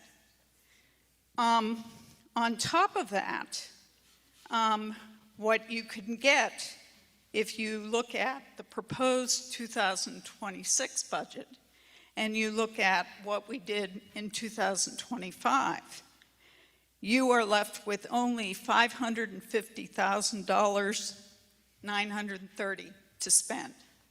Does everybody follow that yet? Okay. So let's look at where the costs are coming from. We've got $550,930 to get up to that 7514. What do we want to spend it on? We need to pay our employees. If any of you have had experience trying to recruit into Waterville Valley, whether you're a business person or somebody at the Mount, you know what that is. I have 3 of the most valuable employees living in my home because they live here. Okay? It's hard to get people to get in. It's for people living in Thornton and Plymouth and Campton, you're talking about 26 miles every day. That works out to about 6,000 miles a year, and most of them don't have electric cars. So they're paying gas, okay? Some of what you see there in terms of other wages, Steve didn't go into this, but we have to constantly look at what we're paying our employees versus what the market is paying. And that's part of what the 91,000 is. But the other thing I would mention... Margaret, you're running out of time. Okay. I'll come back. And just to let you know, folks, the ballot boxes are closed for Articles 4, 5, and 6, and there's about another 15 minutes left for the ballot boxes in 7... Oh, no, yeah, about that for 7, 8, 9. Yeah, Mark Wagner again. I just wanted to say, a lot of retired people here, fixed incomes. My Social Security's not going up 15% a year. So you're going to price us out of the valley, just in taxes. Okay. Daryl Fernandez, just to clarify between Margaret and Mike's point, I think Margaret's point was the budget would be 100,000. Mike's point was there was an additional 300,000 in savings from last year, as well as what you corrected us on, Steve, was that it's only a 3/4, not a full year of salary for those positions. So thank you. But I think there's more there to play with. I certainly support Mike in his. I have a series of amendments, about 15, if we have the appetite for them. If we don't go with a broad amendment of where we could suggest to the board that we can come up with $250,000 to $300,000 of savings, line item by line item, because it's there. It's there. I proposed at the budget hearing that you look at your recruiting, adding recruiting to an operating budget, $50,000 to the operating budget in perpetuity when you have special events is not appropriate, but the board felt it was, so you did.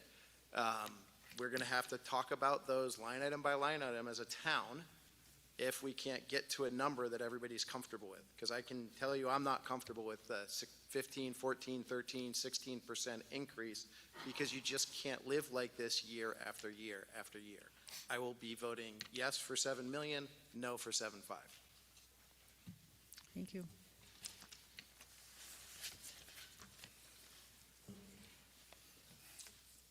Mike Coppell, Devereaux Way. I think there's something that you don't recognize. We, the people, are pissed. Put it simply, it is not a bottomless pit. I'm on a fixed budget. How much did I get for Social Security? Do you know? I bet you know. I bet other people here know. It was a single digit. Less than 5, less than 4. That's what I got.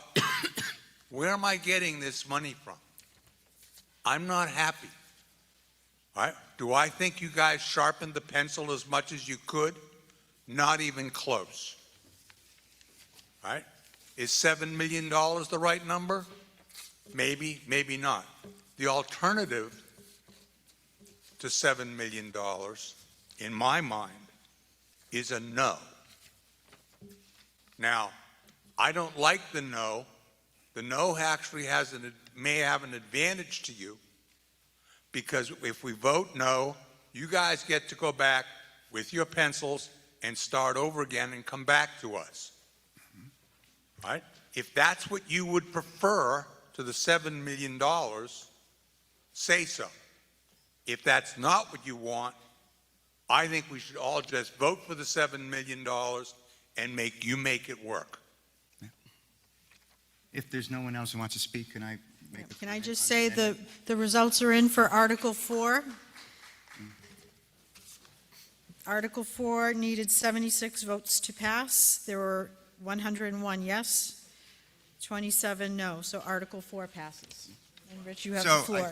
I think I can make simple what Margaret with her budgeteer hat on, having been a select board member for, 12 years, Margaret? 15, I apologize, 15. So you look at that slide, the 2026 operating budget.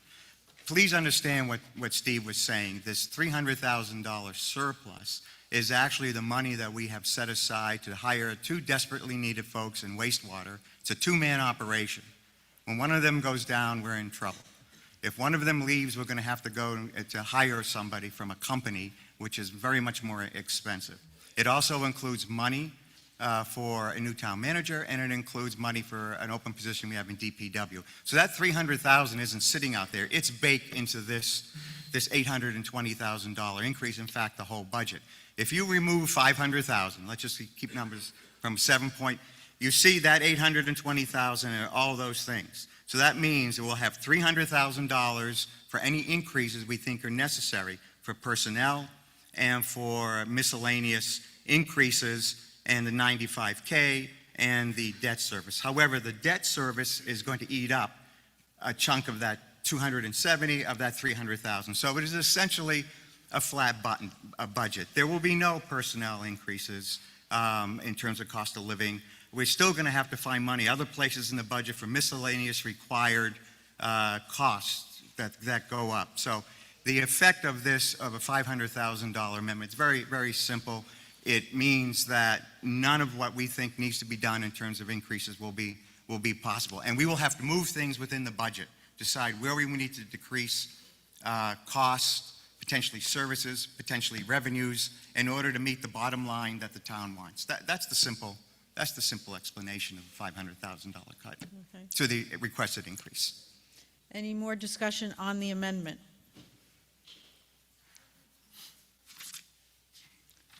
Buster, are you getting up?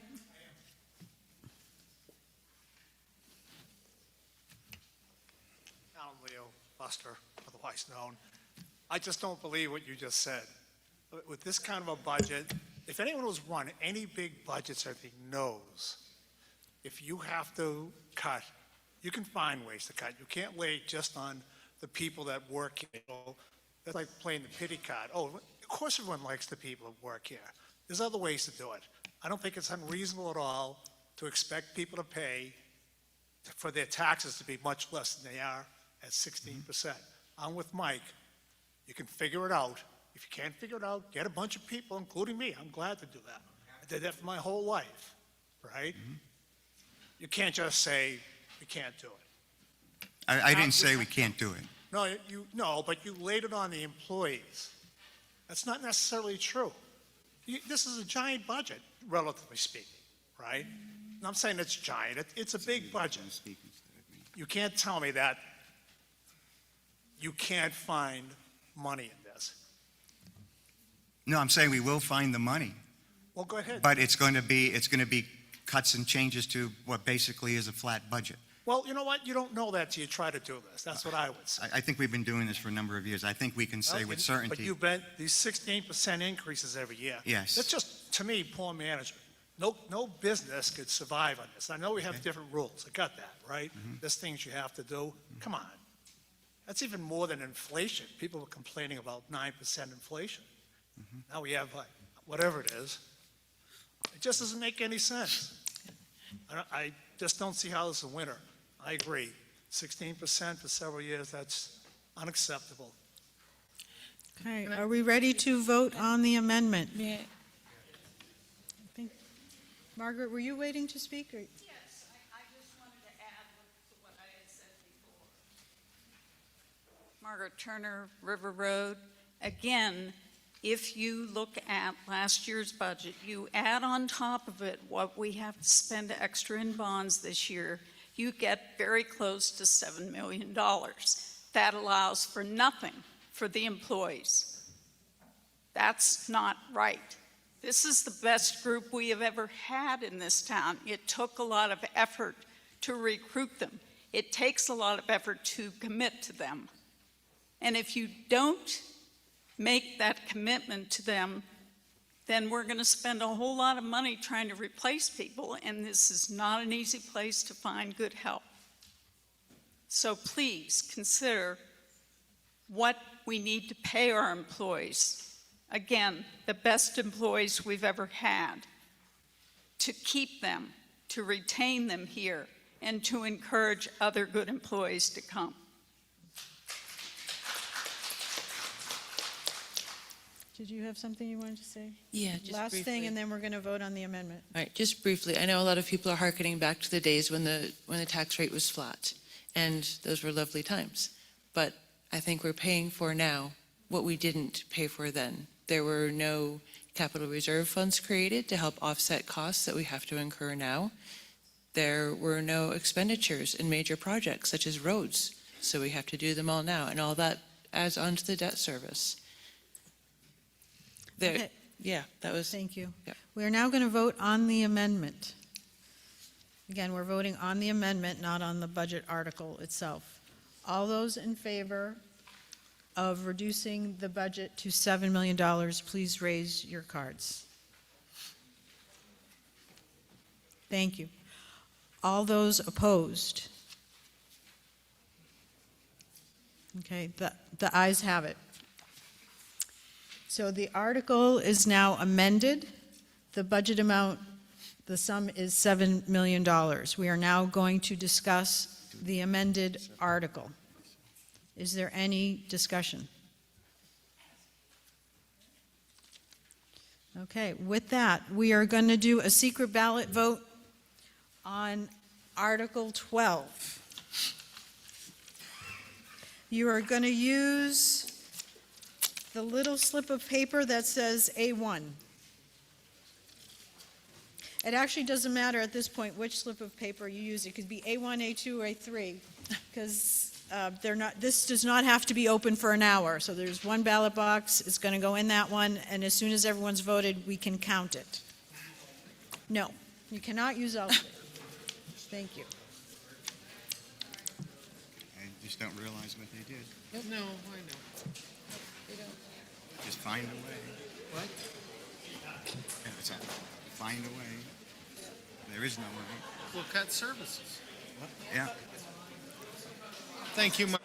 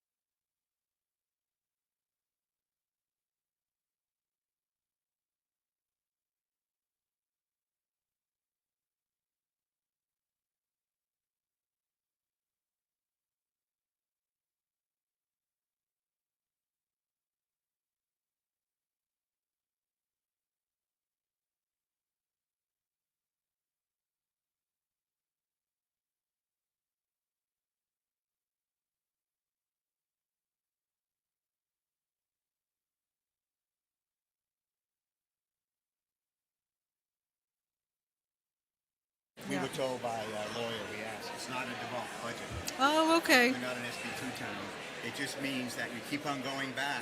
With last year's budget, Well, until no, you no. come up with a new one, I We- thought. We come up with another budget proposal, whatever we come up with. It doesn't have to be based on last year's, it probably would be. Yeah. And if that doesn't pass, we do it again. And if that doesn't, until we end up with a bottom line number that And you everyone- have to have another meeting each time, Yes. basically. Yes. That would be a no vote if it doesn't pass. Okay. But I suspect it's going to pass. And we'll have to come up with a $7 million budget. And it's going to be really tough. Yep, Very, very tough. yep. We'll see how we do it. Did you talk to him? Okay, so we'll see what people want to do. Oh, no, do you need water?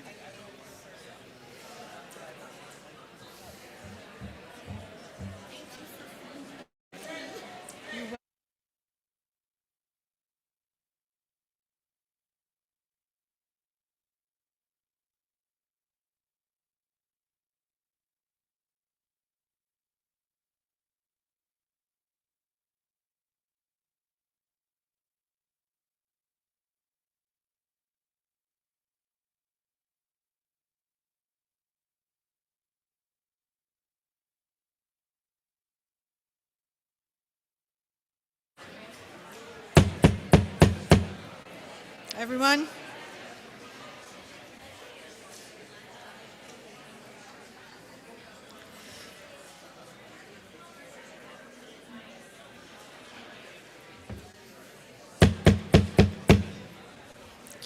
Mike Capel, please sit down.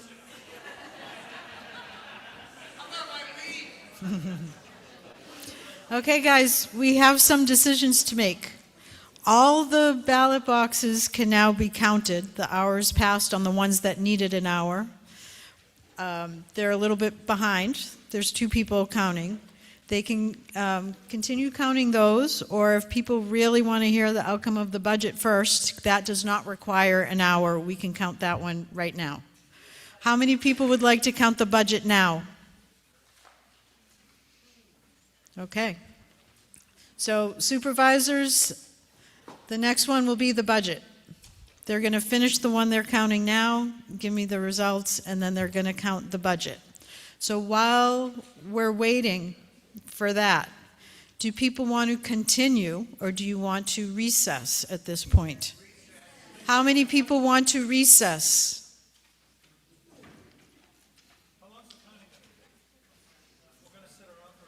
No, it's not going to be half hour. 10 minutes? 15 minutes maybe? They're tired too, so. How many people want to do another article?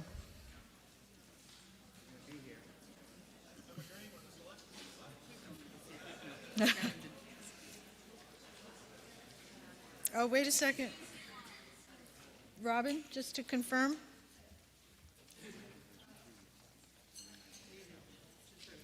It needed 3/5, which is what? 64 and 68. I know, so it's not close. Whatever 3/5, it didn't meet it. Right. Okay.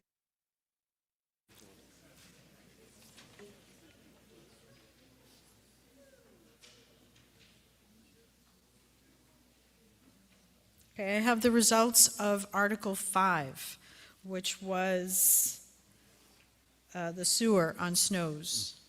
It did not receive 3/5. No was 64, yes was 68. So that Article 5 fails. So, right, you don't need to count 6. That helps.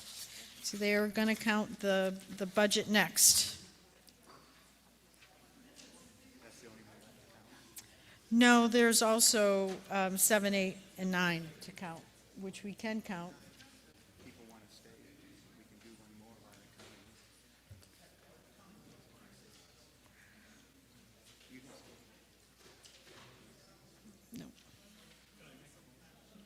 No. Well, what kind of motion?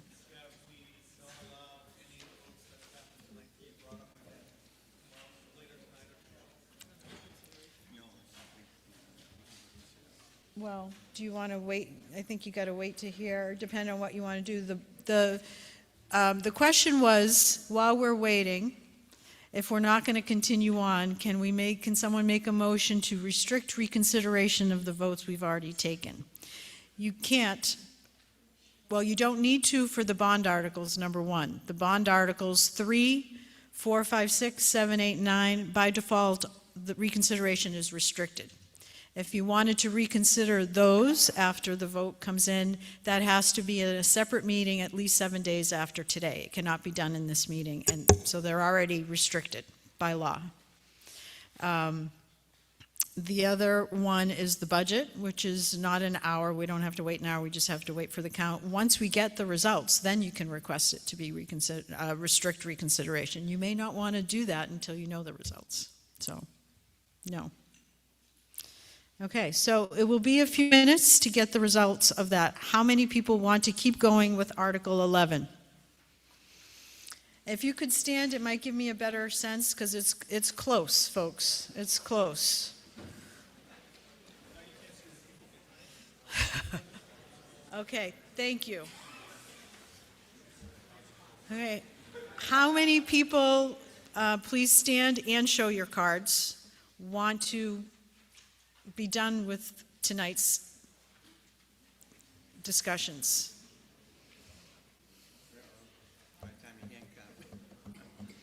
Can we do this? This would help me, since we're waiting for counts anyway.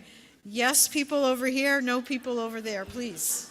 It's a hard decision for me to make. Again, bring your voting cards, only registered voters, please. Yes, yes, you want to keep going over here. And no, you want to stop over there.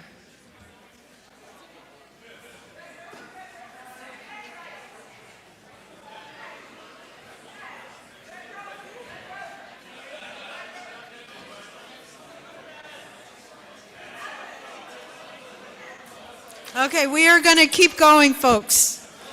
We are going to keep going on to Article 11. Point of... Yes.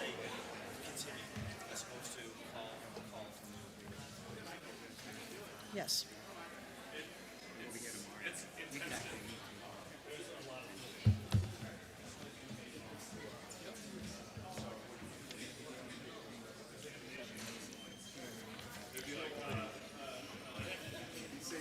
Do I hear a motion on Article 11?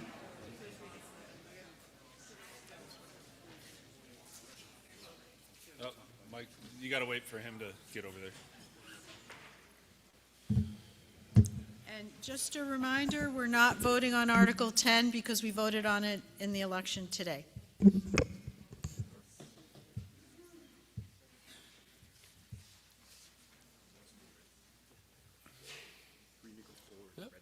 Got it.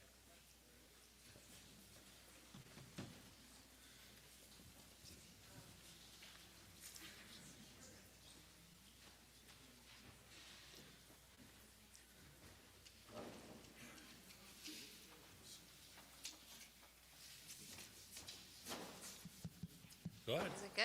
Oh. Madam Moderator, I move to motion Article 11 as written. Do I hear a second? I second it. Okay, Tim Smith, Waterville Valley resident and GM of the resort, has a presentation. Perfect. Oh, there we go. Looks like we got it up. All right, so let me go back one. I'm Tim Smith. You guys all know me. I'm a resident here. Been here for a number of years now with my lovely wife, Katie, who is the petitioner of this warrant article.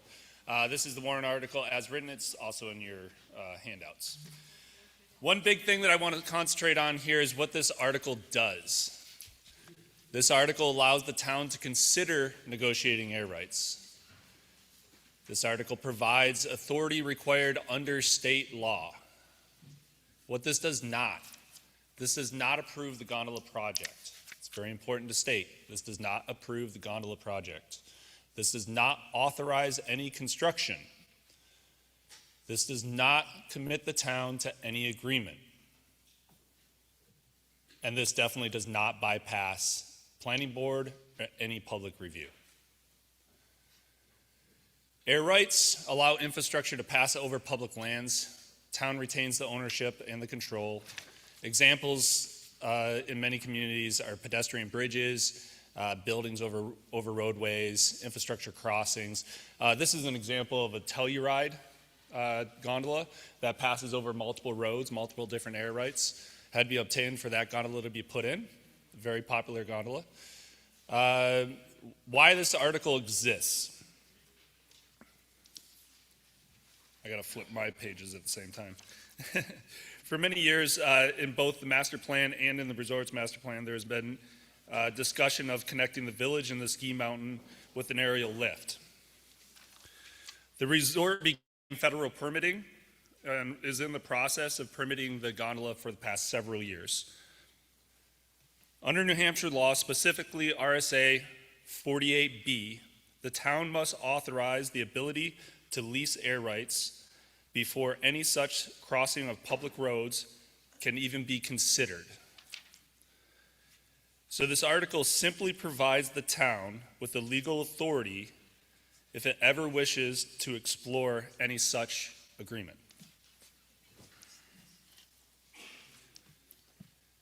Many of you might be asking, where are we at in this process? And that all went really automated on me all of a sudden. 1 second. One thing I want to touch on first is why is this a petition? We worked with the select board over the past year. We had a hectic year. Everybody knows that. We wanted to make sure this petition was put in prior to any, to make sure the community has plenty of time for consideration. And we didn't know if the warrant was being proposed prior to the petition deadline, so we petitioned. On this slide here, the big thing here is that we're in the NEPA process, the National Environmental Protections Act. We're in an EIS. Currently, we're looking at this EIS being completed sometime in late 2027. This is the process. It's been many, many years of us working towards this deadline. Once the NEPA is complete, construction cannot begin. That's one misconception. It's not like we get the NEPA and all of a sudden we can put the shovels in there. We have a detailed design review that we have to do with the Forest Service. That's when we really hit the next level of detail, where we propose exactly the type of lift, exactly where all the footings are going. All the engineering has to happen at that stage. We have local review with the Waterville Valley Planning Board, because this is going to be inside of the town. It's not just on White Mountain National Forest Service lands, so we will have planning review that has to take place before this can happen. And we also have additional public processes. You have AOT, you have the New Hampshire DOT, you have New Hampshire DES, and many other regulatory agencies that we'll report to before we can start construction. There we go. Articles to safeguard this. The town is not required to lease any air rights because of this. The select board may only negotiate an agreement. Any final agreement is expected to return to town meetings for approval.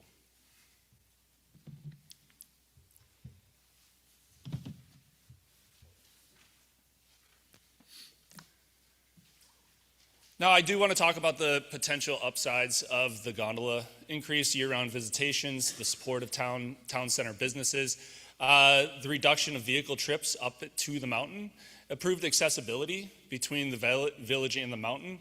All of these have been things we've all cited for many years. However, I do want to make sure that I put this into perspective. Again, that this is not a vote to approve this project. This is simply 4 PowerPoint pieces that I wanted to put in there to make sure everyone understands the upside of what we're trying to consider here. So this article, once again, does allow the town to consider negotiating air rights. It provides authority required under state law. It does not approve the gondola. It does not authorize construction. It does not commit the town to any agreement, and it does not bypass planning board or any public review. I'm open for questions. I had the article up there before, so. Do I need to bring it up? Oh, Hey, the Tim, flashback. good job. Yeah, sure. Does this only, oh, sorry, Mark Wagner. Does this only include public land versus the private lands you'd have to negotiate as well? This only includes public land that is owned by the town of Waterville Valley, correct? Thank you.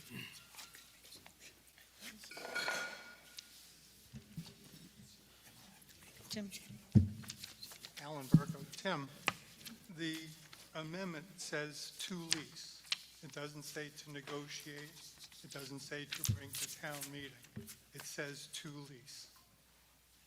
I think this is either poorly written or it's really what you're asking the select board to lease.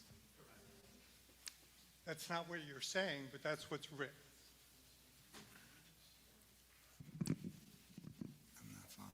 Feel free to amend it. No. Can- I'm not following. Sorry.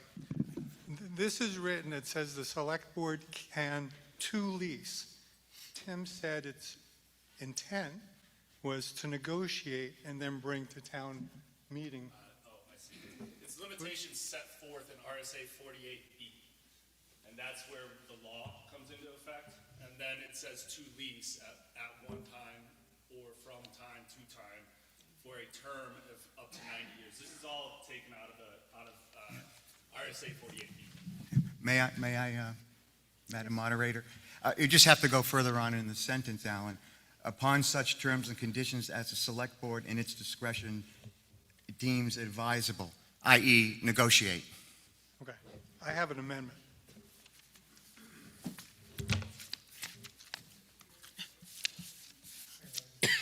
Thank you. Yes. If you have another copy, sure. That'd be helpful.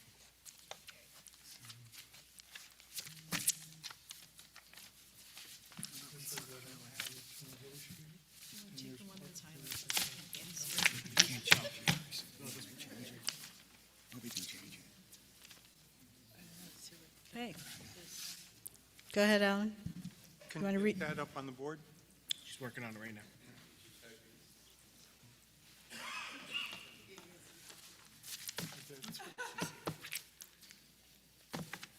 Do you want to tell us in general what it is while she does that? Well, the first thing is, what I was just trying to say is, my amendment, it says to negotiate the terms and conditions of a lease.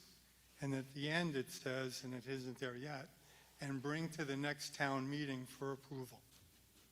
In other words, the select board can do all the negotiating, figure out the terms and conditions, and then they have to come back to us and say, do you approve this lease? Yours. So Bob, do you second his amendment? Bob, do you second his amendment? So I have 21 pages of reasons why, but I think I'll let it go. Okay. So we have an amendment to basically have the select board negotiate and bring it back next year to town meeting for approval. Is there any discussion on the amendment? The Select Board supports that amendment. Okay, let's vote on the amendment. All in favor of the amendment?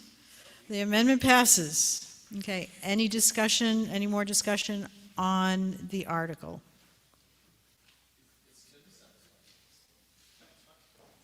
I didn't hear what you said. Okay, Bill. I'm Bill Spence, Snows Mountain Road. What is there to negotiate? Tell me what items you're wanting to talk about. I think we'd want to have a non-public meeting among ourselves to decide what our ask may be for granting, for leasing, not granting, for leasing air rights. You say you're going to negotiate. Yes. Negotiate what? Air rights. Air rights. In return for what? That's what I don't think we That's want to tell you. TBD at this point. We haven't even, to be honest with you, Bill, we haven't even discussed this yet. The specific Bill, terms of a potential. so this vote today, Bill, just so you're understanding, is the ability for us to have that conversation. Right. Okay. I accept that. But there couldn't be much more that would be significant to the town other than these air rights. We understand other- that. Okay. We take it seriously.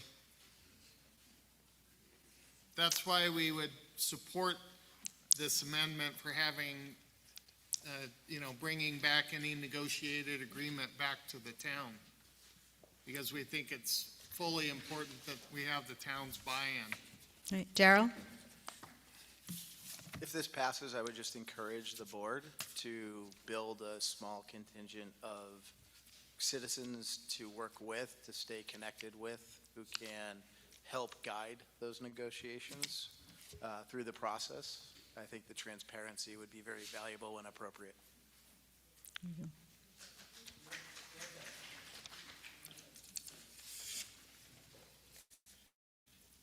Sorry, Penny. Anna Sandler. So 2 questions. One, it's my understanding that RSA 48B states that any leases for air rights also generates revenue that goes to the municipality's treasury. Is that accurate? It could, yes. You can. Okay. Yeah, it So- can. Okay, so that is up for negotiation. That's not a guarantee. Correct. As Okay. I understand it, yes. And second piece was, since a lot of this I know goes into the master plan of the build for both the town and the mountain, so I guess this is for town and mountain question. Obviously, infrastructure is going to come with that, right? Parking, finding spaces, maybe adjustments to the cost we're paying for shuttles going back and forth to the mountain, all things we can look at. So from that standpoint, I know there's some current building that's already approved and going forward. Is there plans to make that part of these negotiations as well, where the infrastructure would be tied into whatever build-out was done with the lease space? Sorry. Clearly getting tired. Lease space. My apologies. Tim, So, Roger. I'm sorry. I think the quick answer is that, yes, that makes a lot of sense. That's fair. Tim, did you have anything else, or? Oh, no, I was just going to add that, once again, this is about allowing those conversations to happen. Agreed, yeah. So that we can move that forward. Yep. Correct. Yep, agreed. Thank you both.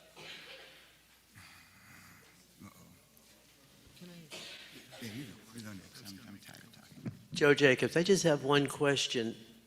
Do these air rights mean that you have the rights to take the gondola over the condominiums, right? No. No. Is that what we're negotiating? No, over the What- roads. Over the roads. I can answer a little bit of this. Just so you know, the air rights over the condos would not be considered this. This is just over the public lands. So the public lands are the roadways between the condos and Town Square. We already have an easement across where the parking lots are on the Tyrell land. So it wouldn't go over any of the condos, right? It will go over condos. It will We're go. working with those condo owners for air rights also. Correct. Yeah. Well, most of the big resorts have those. Park City has one that comes right out of town. They've had for 1,000,000 years, goes up to the mountain. Okay, thank you. Okay, I have the results of some of the articles. Do you want to hear them now, or do you want to continue discussion? I think you have. Oh, there's someone waiting to speak, so Yeah, thank you. Dolores Kong. I just had a question. If the select board is not granted the rights to negotiate, what happens? Rich, do you want to answer that? Is it? Well, the select board, that would indicate to the select board that, at least at this town meeting, that they did not want us to engage in negotiations on this topic. But full transparency, the select board always, it's part of its basic general power, can negotiate with anybody about anything, but we can't necessarily do it unless we get buy-in from at town meeting. So I guess the short answer is we would consider a no vote a pretty strong indication, at least for this town meeting, that they would not want us to have those negotiations. But it doesn't restrict us from doing so. Okay, so if the rights weren't granted for you to negotiate, but you could still, within your authority, negotiate anyway. Would that then mean that you wouldn't necessarily have to come back to town meeting to No, get? we would. You would, okay. We would. In any scenario, I think we all agree we're coming back to town meeting. Right, one way or the other. One way or the- And I don't know what the condo owners are doing or whatever, but I would imagine it sort of is all tied together if. one Well, that's a party- private agreement between the ski resort and the owners of those properties. We have really no say in it whatsoever. Okay, all right, thank you. John Panicella, 10 Chippewa Way. Based on what Darrell said regarding the use of concerned citizens, have a small committee that would work with the select board to negotiate the terms of the lease. Is that something we can add to the amendment now? If you want to make an amendment, you may do so. I don't think. Do I need the exact wording? Yes, Darrell, do you want to? because I'm too tired to come up with it. Are we sure about the RSA allowing it? He can make the Right. The lease with concern. It may turn out to be advisory only, but he can make the amendment, sure. All right. We'll have to There's no check on illegal it. amendment. No, I understand. But Yeah. could I make that,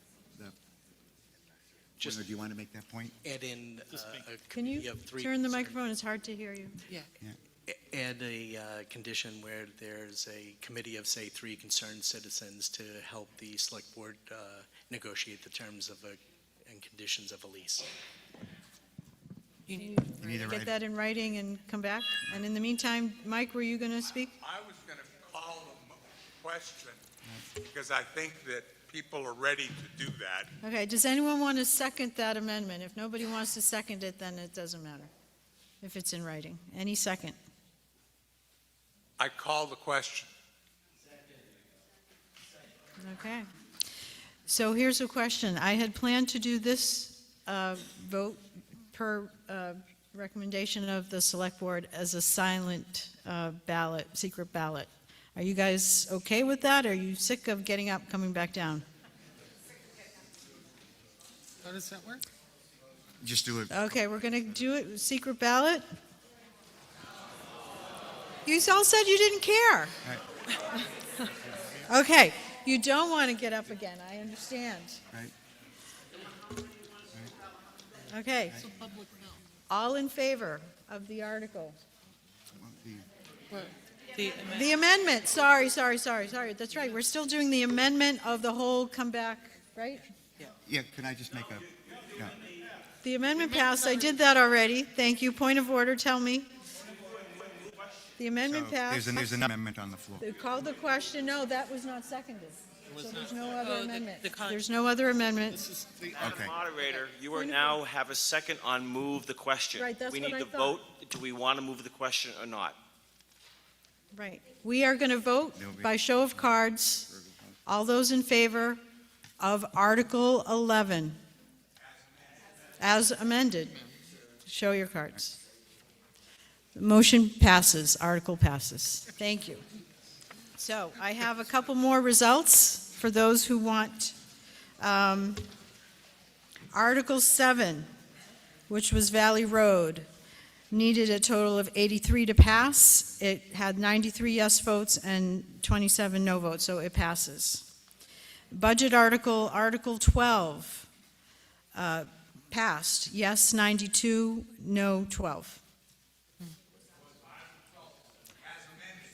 As amended, yes, of course. I can't hear you. Article 12 was the budget, was the other secret. So there are still a few bond articles that are have their votes being counted, but at this point, I am going to recess until tomorrow, 6 p.m., same place. Does everyone bring their cards? Oh, did you want to restrict reconsideration? Okay. We don't. Okay. Should everyone bring their Do we want to restrict reconsideration? No, I think we want to leave it open and think about it. What? I can't hear you.